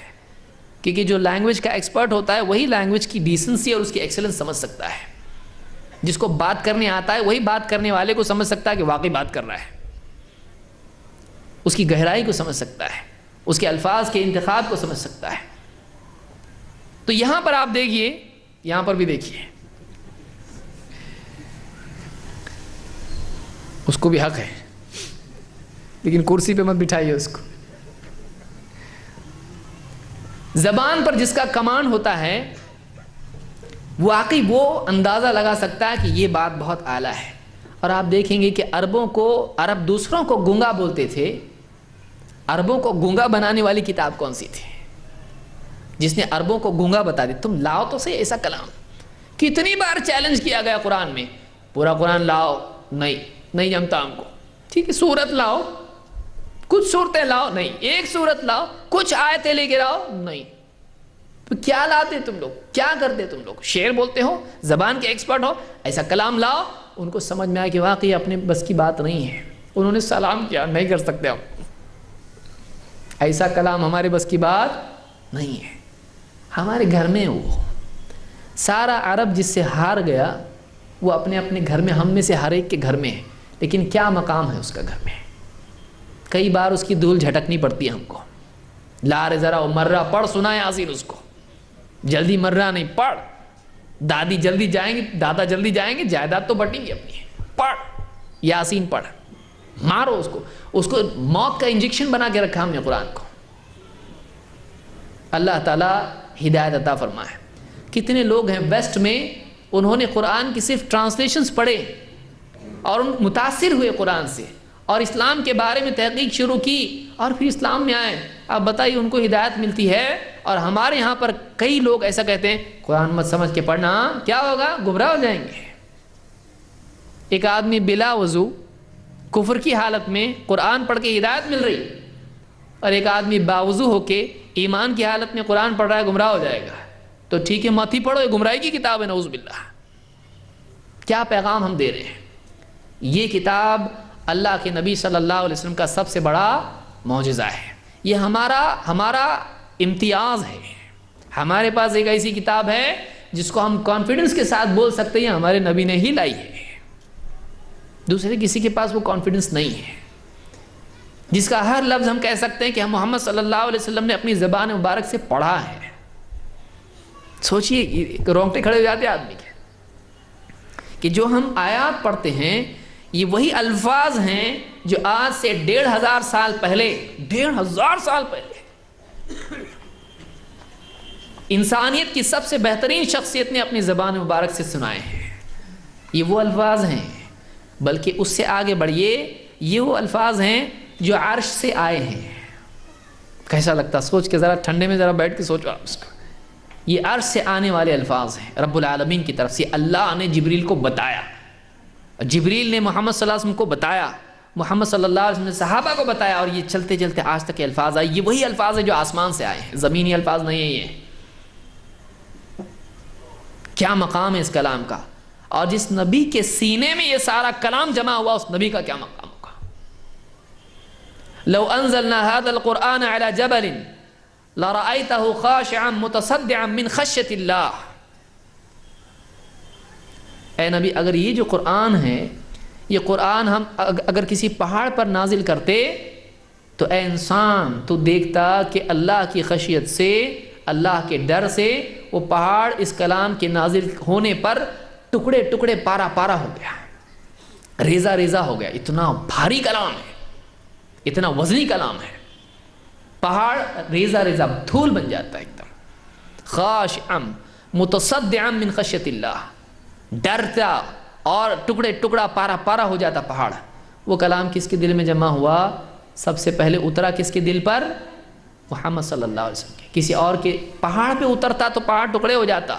وہ پہاڑ سے بھاری دل تھا جو محمد صلی اللہ علیہ وسلم کا تھا، جس پر اللہ نے قرآن کو نازل کیا. تھوڑی تکلیف نہیں ہوتی تھی اللہ کے نبی صلی اللہ علیہ وسلم کو. عائشہ فرماتی ہیں میں نے سردیوں میں دیکھا ہے اللہ کے نبی صلی اللہ علیہ وسلم کو، جب آپ پر قرآن کی آیتیں نازل ہوتی تھی تو آپ پسینہ پسینہ ہو جاتے تھے. صحابی کہتے ہیں کہ اونٹنی پر آپ تھے، آپ پر قرآن نازل ہوا، اونٹنی بیٹھ گئی. وہ قرآن ہے، وہ سینہ کیسا ہوگا، وہ دل کیسا ہوگا جس پر قرآن اللہ نے اتارا، جو پہاڑ بھی جس کے متحمل نہیں ہے. وہ شخصیت کتنی اعلیٰ ہوگی جس کے سینے میں اللہ نے سب سے پہلے قرآن کو نازل کیا. یہ ہیں محمد رسول اللہ صلی اللہ علیہ وسلم، اور یہ ہیں قرآن جو آج ہمارے پاس اللہ کی نعمت ہے، جس کی ناقدری کی بہترین مثال ہم خود ہیں. اگر کسی کو دیکھنا ہے کہ اللہ کی سب سے بڑی نعمت کی سب سے زیادہ ناقدری دیکھنا ہے، آؤ مسلمانوں کو دیکھو. سب سے بڑی نعمت ہے، اسلام کی اصل الاصول ہے. اسلام جاننا ہے تو کہاں جائے گا آدمی؟ اخبار پڑھے گا، قرآن اور نبی صلی اللہ علیہ وسلم کا فرمان.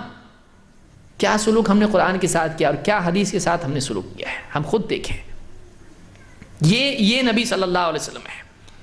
یہ دنیا میں ہے، یہ علم کے اعتبار سے، یہ کردار کے اعتبار سے. اور آگے آتے ہیں، قیامت کے دن کیا ہوگا. دنیا میں بھی جب آپ کو امام بنایا گیا، قیامت میں بھی ایسا ہی ہے. وہ بھی ایک بڑا اجتماع ہوگا. یہ نبیوں کا، رسولوں کا اجتماع ہے جو بیت المقدس میں ہوا. یہ انسانوں میں سے ایک دم ہائی کیلیبر کے لوگ تھے جو جمع ہوئے، ایک دم ایلیٹ لوگ جس کو کہتے ہیں، سب سے بڑے لوگ، اعلیٰ لوگ. ان کے اجتماع میں امامت کس نے کی؟ محمد صلی اللہ علیہ وسلم. ایک دوسرا اس سے بڑا اجتماع ہونے والا ہے جس میں کوئی چھٹی پہ نہیں جا سکتا ہے. جا سکتا قیامت کے دن؟ میں نہیں آ سکتا، ذرا میں رکتا ہوں. کر سکتا کوئی؟ قبر میں ہے، قبر سے نکلے گا، وہ جلا دیا گیا ہے، اس کی راکھ جمع ہوگی، پھر آئے گا. وہ کہیں کوئی جا نہیں سکتا ہے. سب کو لایا جائے گا، سب جمع ہوں گے ایک میدان میں. اس سے بڑا گیدرنگ ہسٹری میں کبھی ہوا نہیں اور ہو بھی نہیں سکتا. کیونکہ آج اگر ساری دنیا کو جمع بھی کر دیا جائے تو صرف آج ہوگا، کل کے لوگ کہاں گئے، اور کل آنے والے وہ بھی نہیں ہے ابھی. اور آپ بتائیے کہ اتنے ایجز ہزاروں سال، وہ سارے لوگ، اور لوگ جنات بھی. آئیے آپ بھی آئیے. فَبِأَيِّ آلَاءِ رَبِّكُمَا تُكَذِّبَانِ، دونوں کا محاسبہ ہے نا. وَمَا خَلَقْتُ الْجِنَّ وَالْإِنسَ إِلَّا لِيَعْبُدُونَ، جن اور انسان دونوں کو عبادت کے لیے پیدا کیا. تو جس مقصد سے پیدا کیا گیا پورا کیا کہ نہیں؟ قیامت کے دن پوچھ ہونے والی. سارے انسان، سارے جنات، بس سارے فرشتے بھی ہیں کہ سارے فرشتے بھی اس دن جمع ہوں گے. اور ختم نہیں. وَإِذَا الْوُحُوشُ حُشِرَتْ، سارے جانور جمع کیے جا رہے ہیں، سارے جانور جمع کیے جا رہے ہیں. آپ نے خود فرمایا قیامت کے دن اگر کوئی سینگ والی بکری نے بے سینگ بکری کو مارا ہوگا تو اللہ اس کا بھی بدلہ دلائے گا. جانور بھی جمع ہیں، انسان، جنات، فرشتے، جانور، سب کے سب جمع. اس دن سب سے بڑا مقام اگر ملے گا، ایسے کوئی جمع ہو سکتا ہے؟ ایسی کوئی گیدرنگ ہی نہیں اس سے بڑا. مالک یوم الدین، بدلے کے دن کا مالک. سب سے بڑا اجتماع قیامت کا دن ہے. اس دن ساری مخلوقات میں سرداری کس کو نصیب ہوگی؟ اللہ کے نبی صلی اللہ علیہ وسلم فرماتے ہیں انا اکثر الانبیاء تبعا یوم القیامہ. اور آپ اس دن فرماتے ہیں کہ انا سید ولد آدم یوم القیامت ولا فخر وبیدی لواء الحمد ولا فخر وما من نبی یومئذ آدم فمن سواہ الا تحت لوائی. امام احمد اور ترمذی نے اس کو روایت کیا، ابن ماجہ نے بھی ہے، اور یہ روایت صحیح ہے. آپ فرماتے ہیں ایک تو اپنے امتیوں کے اعتبار سے آپ نے بات کہی، اور دوسرے انبیاء کے اعتبار سے. دونوں کو ہم دیکھ لیتے ہیں، پہلے نبیوں کا دیکھ لیتے ہیں. آپ فرماتے ہیں کہ انا سید ولد آدم یوم القیامت ولا فخر. قیامت کے دن سارے نبیوں کا سردار میں رہوں گا، اور مجھے اس بات پہ کوئی فخر نہیں ہے. میں کیوں بیان کر رہا ہوں؟ انفارمیشن کے لیے، گھمنڈ کے طور پر نہیں. فضیلت کبھی بیان بھی کرنی پڑتی ہے. آپ نہیں بتائیں گے آپ کا مقام تو کیسے معلوم پڑے گا؟ قیامت کا معاملہ کون بتائے گا؟ نبی ہی بتائے گا. تو آپ خود بتائیں، اور اللہ نے بتاؤ. اللہ نے سارے جو بھی علم ہے قیامت کی خبریں بتانا پڑے گا. آپ نے فرمایا دیکھو قیامت کے دن سب کا سردار اگر کوئی ہوگا سارے نبیوں کا تو میں ہوں. کوئی آدمی کہے دیکھیے آپ اپنی تعریف بیان کرے، نہیں، آپ نے کہا ولا فخر. نہیں، مجھ کو اس پہ فخر نہیں ہے. میں بات فخر اور گھمنڈ کے طور پر نہیں بیان کر رہا ہوں، بلکہ لوگوں کو معلوم تو پڑنا چاہیے. بھئی اللہ نے کہا سب سے بڑا کون ہے، تو اللہ کو حق ہے بتانے کا، کیونکہ حقیقت ہے وہ. اور اللہ نے اپنے نبی کو بتایا آپ بھی بتاؤ اپنے بارے میں، یہ ہے قیامت کی خبر. آپ نے بھی بتایا. آپ نے کہا کہ قیامت کے دن سارے نبیوں کا سردار میں رہوں گا اور مجھے فخر نہیں اس پر. یہ شکر کی چیز ہے، فخر کی نہیں. اللہ کا احسان ہے، تب تو اللہ نے مقام دیا ہے، تو یہ شکر کی چیز ہے، گھمنڈ کی نہیں. وَبِيَدِي لِوَاءُ الْحَمْدِ وَلَا فَخْرٍ. اور قیامت کے دن اللہ کی حمد کا جھنڈا میرے ہاتھ میں ہوگا. یہ کیا ہے؟ اللہ کے نبی صلی اللہ علیہ وسلم ہی ہیں کہ سب لوگ جب گھبرا رہے ہوں گے، لوگ آئیں گے اس کے پاس، ابھی وقت نہیں ورنہ تفصیل اس کی ہوتی. لوگ آئیں گے نبیوں کے پاس، ذرا سفارش کیجئے ہماری، اللہ سے سفارش کیجئے، حساب شروع ہو، ہمارے لیے کچھ سفارش کیجئے. ہر نبی کہے گا میں نہیں، ان کے پاس جاؤ. وہ کہے گا نہیں، ان کے پاس جاؤ. آدم علیہ السلام، موسیٰ علیہ السلام، ابراہیم علیہ السلام، عیسیٰ علیہ السلام. عیسیٰ علیہ السلام کہیں گے دیکھو ان کے پاس جاؤ، وہ ہیں، ہاں ان کے پاس جاؤ. کون؟ محمد صلی اللہ علیہ وسلم. ایک روایت میں کہ خود عیسیٰ علیہ السلام لے کے آئیں گے ان کو. دیکھو حال ایسا ہو رہا ہے لوگوں کا، جلدی آپ کچھ کیجئے، سارے نبیوں کی طرف سے میں سفارشی بن کے آؤں آپ کے پاس. آپ فرماتے کہ میں جاؤں گا اور میں اللہ کے آگے سجدے میں گر جاؤں گا اور اللہ کی وہ حمد بیان کروں گا کہ آج بھی میرے ذہن میں وہ نہیں کہ میں اس وقت کتنی تعریف اللہ کی کروں گا. لمبا وقت چلا جائے گا، تعریف اللہ کی کرتے رہیں گے، کرتے رہیں گے، کرتے رہیں گے، کرتے رہیں گے سجدے میں. اس کے بعد کہا جائے گا اے محمد، اللہ تعالیٰ فرمائے گا سر اٹھائیے، سر اٹھائیے، آپ کی بات سنی جائے گی، سفارش کیجئے، آپ کی سفارش قبول کی جائے گی. بولیے ابھی کیا بولنا ہے. ایک لمبی مدت تک آپ اللہ کی تعریف بیان کریں گے، اس کے بعد یہ ہوگا. حمد کا جھنڈا کس کے ہاتھ میں ہوگا؟ اللہ کی تعریف اس دن کرنا جس دن سب ڈر رہے ہیں، اور سفارش کا راستہ شروع کرنا، دروازہ کھلوانا، وہ کس کے ہاتھ میں ہے؟ محمد عربی صلی اللہ علیہ وسلم. بیدی لواء الحمد ولا فخر. میرے ہاتھ میں حمد کا جھنڈا ہوگا اور مجھ کو اس پہ کوئی فخر نہیں ہے. میں گھمنڈ کے طور پر نہیں بول رہا ہوں. وَمَا مِن نَبِيٍّ يَوْمَئِذٍ آدَمُ فَمَنْ سِوَاءُ إِلَّا تَحْتَ لِوَائِي. قیامت کے دن ہر نبی، کوئی نبی چاہے آدم ہو پہلے یا اور کوئی ہو، کوئی ایک نبی بھی ایسا نہیں ہوگا جو میرے جھنڈے تلے نہ ہو. سب کے سب میرے جھنڈے تلے ہوں گے. میرا جھنڈا اس کے تلے، سب اس کے سبارڈینیٹس، اس جھنڈے کے تلے سارے نبی ہوں گے. کس کو مقام ملا؟ یہ محمد رسول اللہ صلی اللہ علیہ وسلم کو. قیادت کے واقعی، سیادت کے واقعی حقدار اگر کوئی تھے تو کون تھے؟ محمد رسول اللہ صلی اللہ علیہ وسلم۔ آج امت کا حال یہ ہے کہ قیادت اور سیادت بلکہ عبادت بھی چھوڑ چکی ہے کچھ کوئی لائق آدمی ایسا ہے کہ ہاں یہ لوگوں میں کچھ بن سکتا ہے، لیڈرشپ کی کوالٹیز اس میں کہاں ہیں؟ کچھ بھی نہیں ہے۔ امت وہ ساری چیزیں کھو چکی ہے، اچھے میں نہیں ہے۔ جس قوم کو، جس کے نبی کو اللہ نے نبیوں کا سردار بنایا، اس نبی کی امت میں آج کہاں جا رہا، کوئی کدھر جا رہا، کوئی کدھر جا رہا، کیوں؟ نبی کی ماننے کو تیار نہیں ہے، اللہ کی ماننے کو تیار نہیں، جو جی میں آ رہا ہے، کبھی شیطان کے پیچھے، کبھی سماج کے پیچھے، کبھی نفس کے پیچھے، کبھی باپ دادا کے پیچھے، کبھی کسی کے پیچھے، کبھی کوئی لڑکیوں کے پیچھے جا رہا ہے۔ یہ اس امت کا فخر ہے، یہ امتیاز ہے کہ نوجوان ہے، کالج گیا، کسی لڑکی کے پیچھے جا رہا ہے، پھر داڑھی بھی کاٹ رہا ہے، پھر سب دین بھی چھوڑ رہا ہے اور سب چھوڑ رہا ہے۔ کس کے پیچھے چل رہا ہے؟ تجھ کو سرداری کے لیے پیدا کیا گیا ہے، تیرا نبی کیسا تھا؟ تجھ کو اللہ رب العالمین نے دنیا میں دوسری قوموں کے لیے رہبر بنا کر بھیجا ہے۔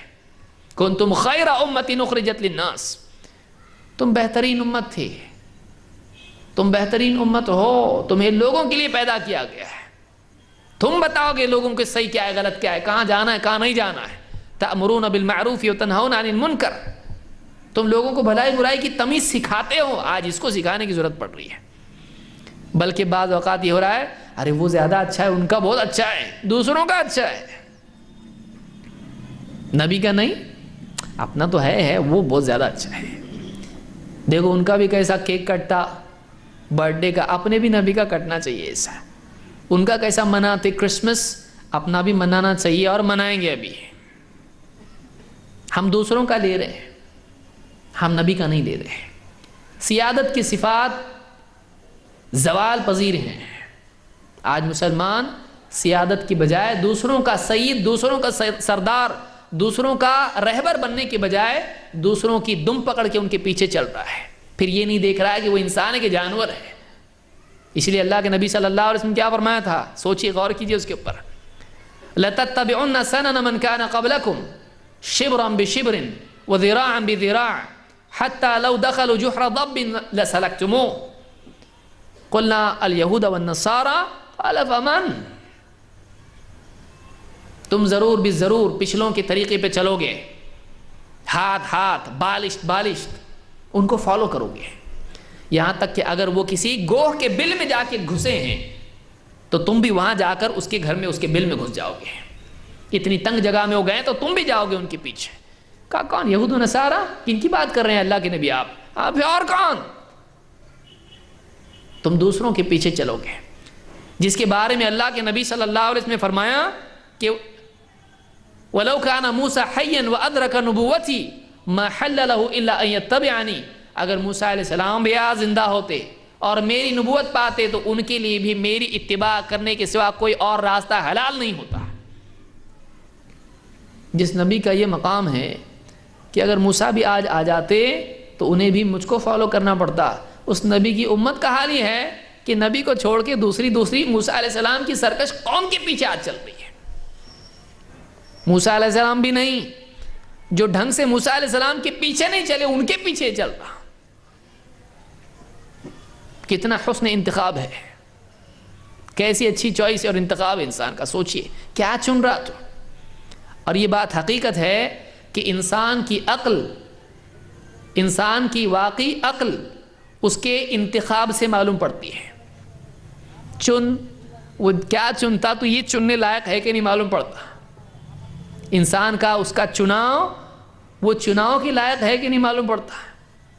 اس کی چوائس سے وہ قابل اختیار ہے یا نہیں، قابل انتخاب ہے یا نہیں معلوم ہوتا ہے، کیونکہ اعلیٰ کو چنتا ہے اور گھٹیا کو چنتا ہے۔ جس کا انتخاب گھٹیا، وہ خود گھٹیا ذہنیت کی دلیل دے رہا ہے۔ آج مسلمان کیا چن رہا ہے؟ تو نبی کو چن، جس کو اللہ نے چنا، جس کو نہ صرف عام انسانوں کے مقابلے میں بلکہ باقی نبیوں کے مقابلے میں اللہ نے چنا، تو اس کو کیوں نہیں چن رہا ہے؟ صرف باتوں میں چنتا ہے تو اپنی زندگی میں اس کو مقام دے، اپنی زندگی میں اس کے ذریعے سے اس کی ذات اور اس کی بات، اس کی تعلیمات، اس کے عقیدے سے اپنی زندگی کو منور کر، تب تو نے اس کو چنا۔ خالی جلوس کے دن چننے سے تو چننے والا ہو گیا؟ صرف بعض اوقات میں اس کے نام سے سلام پڑھنے سے تو چننے والا ہو گیا؟ زندگی کے ہر مرحلے میں چن، کھانے پینے میں، اٹھنے بیٹھنے میں، پیشاب پاخانے میں، دین سیکھنے میں، سکھانے میں، عبادت میں، اخلاق میں، حلال و حرام کی تقسیم میں، زندگی کے سارے شعبوں میں اس کو چن۔ تب معلوم پڑا کہ ہاں واقعی تو نے چنا، تو نے زندگی کے ہر شعبے میں نبی کو چنا۔ کہیں چھوڑ مت، کہیں چھوڑ مت، کسی شعبے میں مت چھوڑ، ہر شعبے کے لیے تو انتخاب کرے تو نبی کو چن، کیونکہ اللہ رب العالمین نے یہ نہیں کہا کہ یہ نبی زندگی کے فلاں معاملے میں قابل اقتداء ہے، فلاں معاملے میں نہیں۔ اللہ نے نہیں کہا، اللہ نے کہا لَقَدْ كَانَ لَكُمْ فِي رَسُولِ اللَّهِ أُسْوَةٌ حَسَنَةٌ، تمہارے لیے اس رسول میں بہترین نمونہ ہے۔ رسول کی کس بات میں بہترین نمونہ ہے؟ زندگی کے کس مرحلے میں، جوان کے لیے، بوڑھے کے لیے، بچے کے لیے، کس کے لیے، عبادت میں، اخلاق میں، کس معاملے میں، کچھ بیان نہیں کیا اللہ نے، ہے جنرل سٹیٹمنٹ ہے۔ اس رسول میں بیسٹ ایگزامپل، بیسٹ ماڈل تمہارے لیے، یہ آئیڈیل ہے تمہارے لیے۔ بھئی کس چیز میں آئیڈیل ہے؟ سب بولنے کی ضرورت ہے کیا؟ بولنے کی ضرورت ہے؟ کوئی ایک چیز بھی نہیں جس میں آئیڈیل نہیں ہے، ہر چیز میں تمہارے لیے کیا ہے؟ ماڈل ہے۔ اللہ نے بتایا نہیں فلاں چیز میں تمہارے لیے آئیڈیل ہے، ہر چیز میں تمہارے لیے کیا ہے؟ اسوہ اور نمونہ ہے۔ یہ ہمارے لیے شرف کی بات ہے کہ اللہ رب العالمین نے ایسا نبی ہم کو عطا کیا، ہم کو موقع دیا اس کا امتی بننے کا۔ ہم لائق ہیں، ہم لائق ہیں اللہ کے نبی صلی اللہ علیہ وسلم کے امتی ہونے کے؟ اللہ کا احسان ہے، اللہ نے موقع دیا ہے، ٹھیک ہے تو بن، اس کا امتی بن۔ کتنے بڑے بڑے اولیاء پچھلے نبیوں کی امت میں گزرے ہوں گے، کتنے نیک لوگ گزرے ہوں گے، وہ محمد صلی اللہ علیہ وسلم کے امتی نہیں تھے۔ ہم کو اللہ نے بنایا، خاتم النبیین کا امتی بنایا، قرآن کا حامل بنایا، نبی کریم صلی اللہ علیہ وسلم کی سنتوں کا مبلغ بننے کا موقع دیا، سارے نبیوں کے سردار کا متبع بننے کی توفیق دی۔ قیامت کے دن جو سب کے سردار ہوں گے اس کا امتی دنیا میں بنایا، اور خاتم النبیین ایسا دین دیا، ایسا نہیں کہ چلو آج عمل کر رہے ہیں، کل اچانک دوسرے نبی آ گئے، پہلے جو کرتے تھے چھوڑو اب نیا کچھ کرو، کچھ نہیں، یہی تم کرو، جتنے آئیں گے ان کو یہی کرنا ہے، اس میں چینج نہیں ہوگا۔ ایسا دین نہیں دیا جس میں چینجز آنے والے ہیں، ایسی شریعت نہیں دی جو منسوخ ہونے والی ہے، ایسے احکام نہیں دیے جو کل بدلنے والے ہیں۔ ایک بے بدلنے والا دین ہم کو دیا جو کبھی بدلنے والا نہیں ہے، وہی ہے۔ لیکن ہم کبھی تیتر، کبھی بٹیر، کبھی بال آگے ایسے، کبھی پیچھے ایسے، کبھی یہ کپڑے، کبھی یہاں سے پھاڑ رہا ہے، کبھی گھٹنے پھاڑ رہا ہے تو کبھی کمر پھاڑ رہا ہے، کس کے پیچھے چل رہا ہے؟ اس کا رنگ کتنا بدلتا ہے، یہ ہر دن نیا فیشن آتا ہے، ہر دن نئے اصول آتے ہیں، ہر دن نئی باتیں آتی ہیں، ان کے پیچھے چلنے لگ جاتا ہے۔ ایک ہو، کسی ایک کے پیچھے چل، اس ایک کے پیچھے جو اس ایک نے بھیجا ہے تو نیک بنے گا، صحیح کہ نہیں؟ اس ایک اللہ رب العالمین نے سب میں سے صرف ایک کو چنا سب سے بہتر کے طور پر۔ اگر تو نے اس کو نہیں چنا اپنے گھٹیا ہونے کا تو دلیل دے گا۔ یہ بادشاہ کا انتخاب ہے، تو اس کو چن، عزت ملے گی۔ تو نے بادشاہ کے چنے ہوئے کو کہا نہیں میں دوسرا، تو اپنی نالائقی کا ثبوت تو دے گا ہی دے گا، لیکن اللہ کے ہاں سزا کا بھی حقدار بنے گا۔ یعنی تو اللہ کے انتخاب کو غلط بتا رہا ہے، یعنی اللہ نے بھیج کے اس کو صحیح نہیں کیا، کوئی اور ہونا چاہیے تھا جس کو تو نے چنا، اس سے بھی اچھا کچھ تھا کیا؟ اسی لیے آپ نے فرمایا کہ لو بدا لکم موسیٰ فاتبعتموہ وترکتمونی لضللتم عن سواء السبیل۔ اگر آج موسیٰ علیہ السلام بھی آ جاتے اور مجھے چھوڑ کے تم ان کے پیچھے چلنے لگ جاتے، تم ہدایت کے راستے سے بھٹک جاتے۔ موسیٰ علیہ السلام کے پیچھے چل کے بھی بھٹکتا آدمی، ہاں کب؟ جب محمد صلی اللہ علیہ وسلم کو چھوڑ کے چلتا ہے، ورنہ موسیٰ علیہ السلام کے پیچھے چلنے والا ہدایت پر ہے۔ لیکن محمد صلی اللہ علیہ وسلم کے آ جانے کے بعد اب اگر کسی اور کی طرف دیکھتا ہے، اب اگر کسی اور کے طریقے پر چلتا ہے تو اس کو ہدایت یافتہ نہیں کہا جائے گا۔ اب آ گئے ہیں یہ، ان کی شریعت آ گئی، ان کا دین آ گیا، ان کا قرآن آ گیا، ان کا فرمان آ گیا، اب اس کے بعد نہیں۔ لہٰذا ہمارے لیے یہ جہاں ایک شرف کی چیز ہے کہ ہم محمد رسول اللہ صلی اللہ علیہ وسلم کی امتی ہیں، وہیں ہمارے لیے ایک بہت ہی ذمہ داری کی چیز ہے جس کو زندگی میں بہت سنجیدگی کے ساتھ سوچنے کا مقام ہے۔ یہ نہیں کہ ہم خوشی منانے چلو بہت اچھا ہوا ہم امتی ہیں محمد صلی اللہ علیہ وسلم کے اور کچھ مٹھائی تقسیم کر کے ہم کچھ کر رہے ہیں، نہیں۔ یہ خوشی منانے کا موقع اپنی جگہ خوشی کی چیز ہے، لیکن ایک بہت سنجیدہ بات ہے کہ اللہ نے جب اتنی بڑی اپرچونٹی ہم کو دیا ہے، تو اتنا بڑا موقع اللہ نے جب ہم کو دیا ہے تو اس کا پورا پورا فائدہ اٹھانا چاہیے۔ اپنے آپ کو قیمتی بنانے کے لیے اللہ کی پسند کو اپنی پسند بنانا پڑے گا۔ اللہ رب العالمین ہم کو اس بات کی سمجھ عطا فرمائیں، اور یہاں وہاں لومڑی کی طرح دیکھنے کی بجائے سیدھا صراط مستقیم پر محمد صلی اللہ علیہ وسلم کے طریقے پر چلنے کی توفیق ہم کو عطا فرمائے۔ یہ قوم ایسی، وہ قوم ایسی، اس کا طریقہ ایسا، اس کے رواج ایسے، کہیں دیکھنے کی ضرورت نہیں میرے بھائیوں۔ ہم کو صرف اللہ کے نبی صلی اللہ علیہ وسلم کو دیکھ کے چلنا ہے۔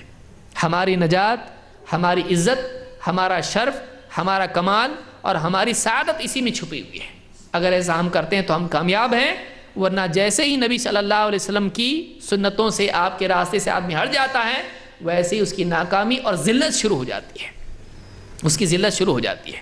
اللہ رب العالمین ہم کو غور و فکر کرنے کی، اپنی اصلاح کرنے کی، محمد رسول اللہ صلی اللہ علیہ وسلم کے مقام کو پہچاننے کی اور اس کا حق ادا کرنے کی توفیق عطا فرمائے۔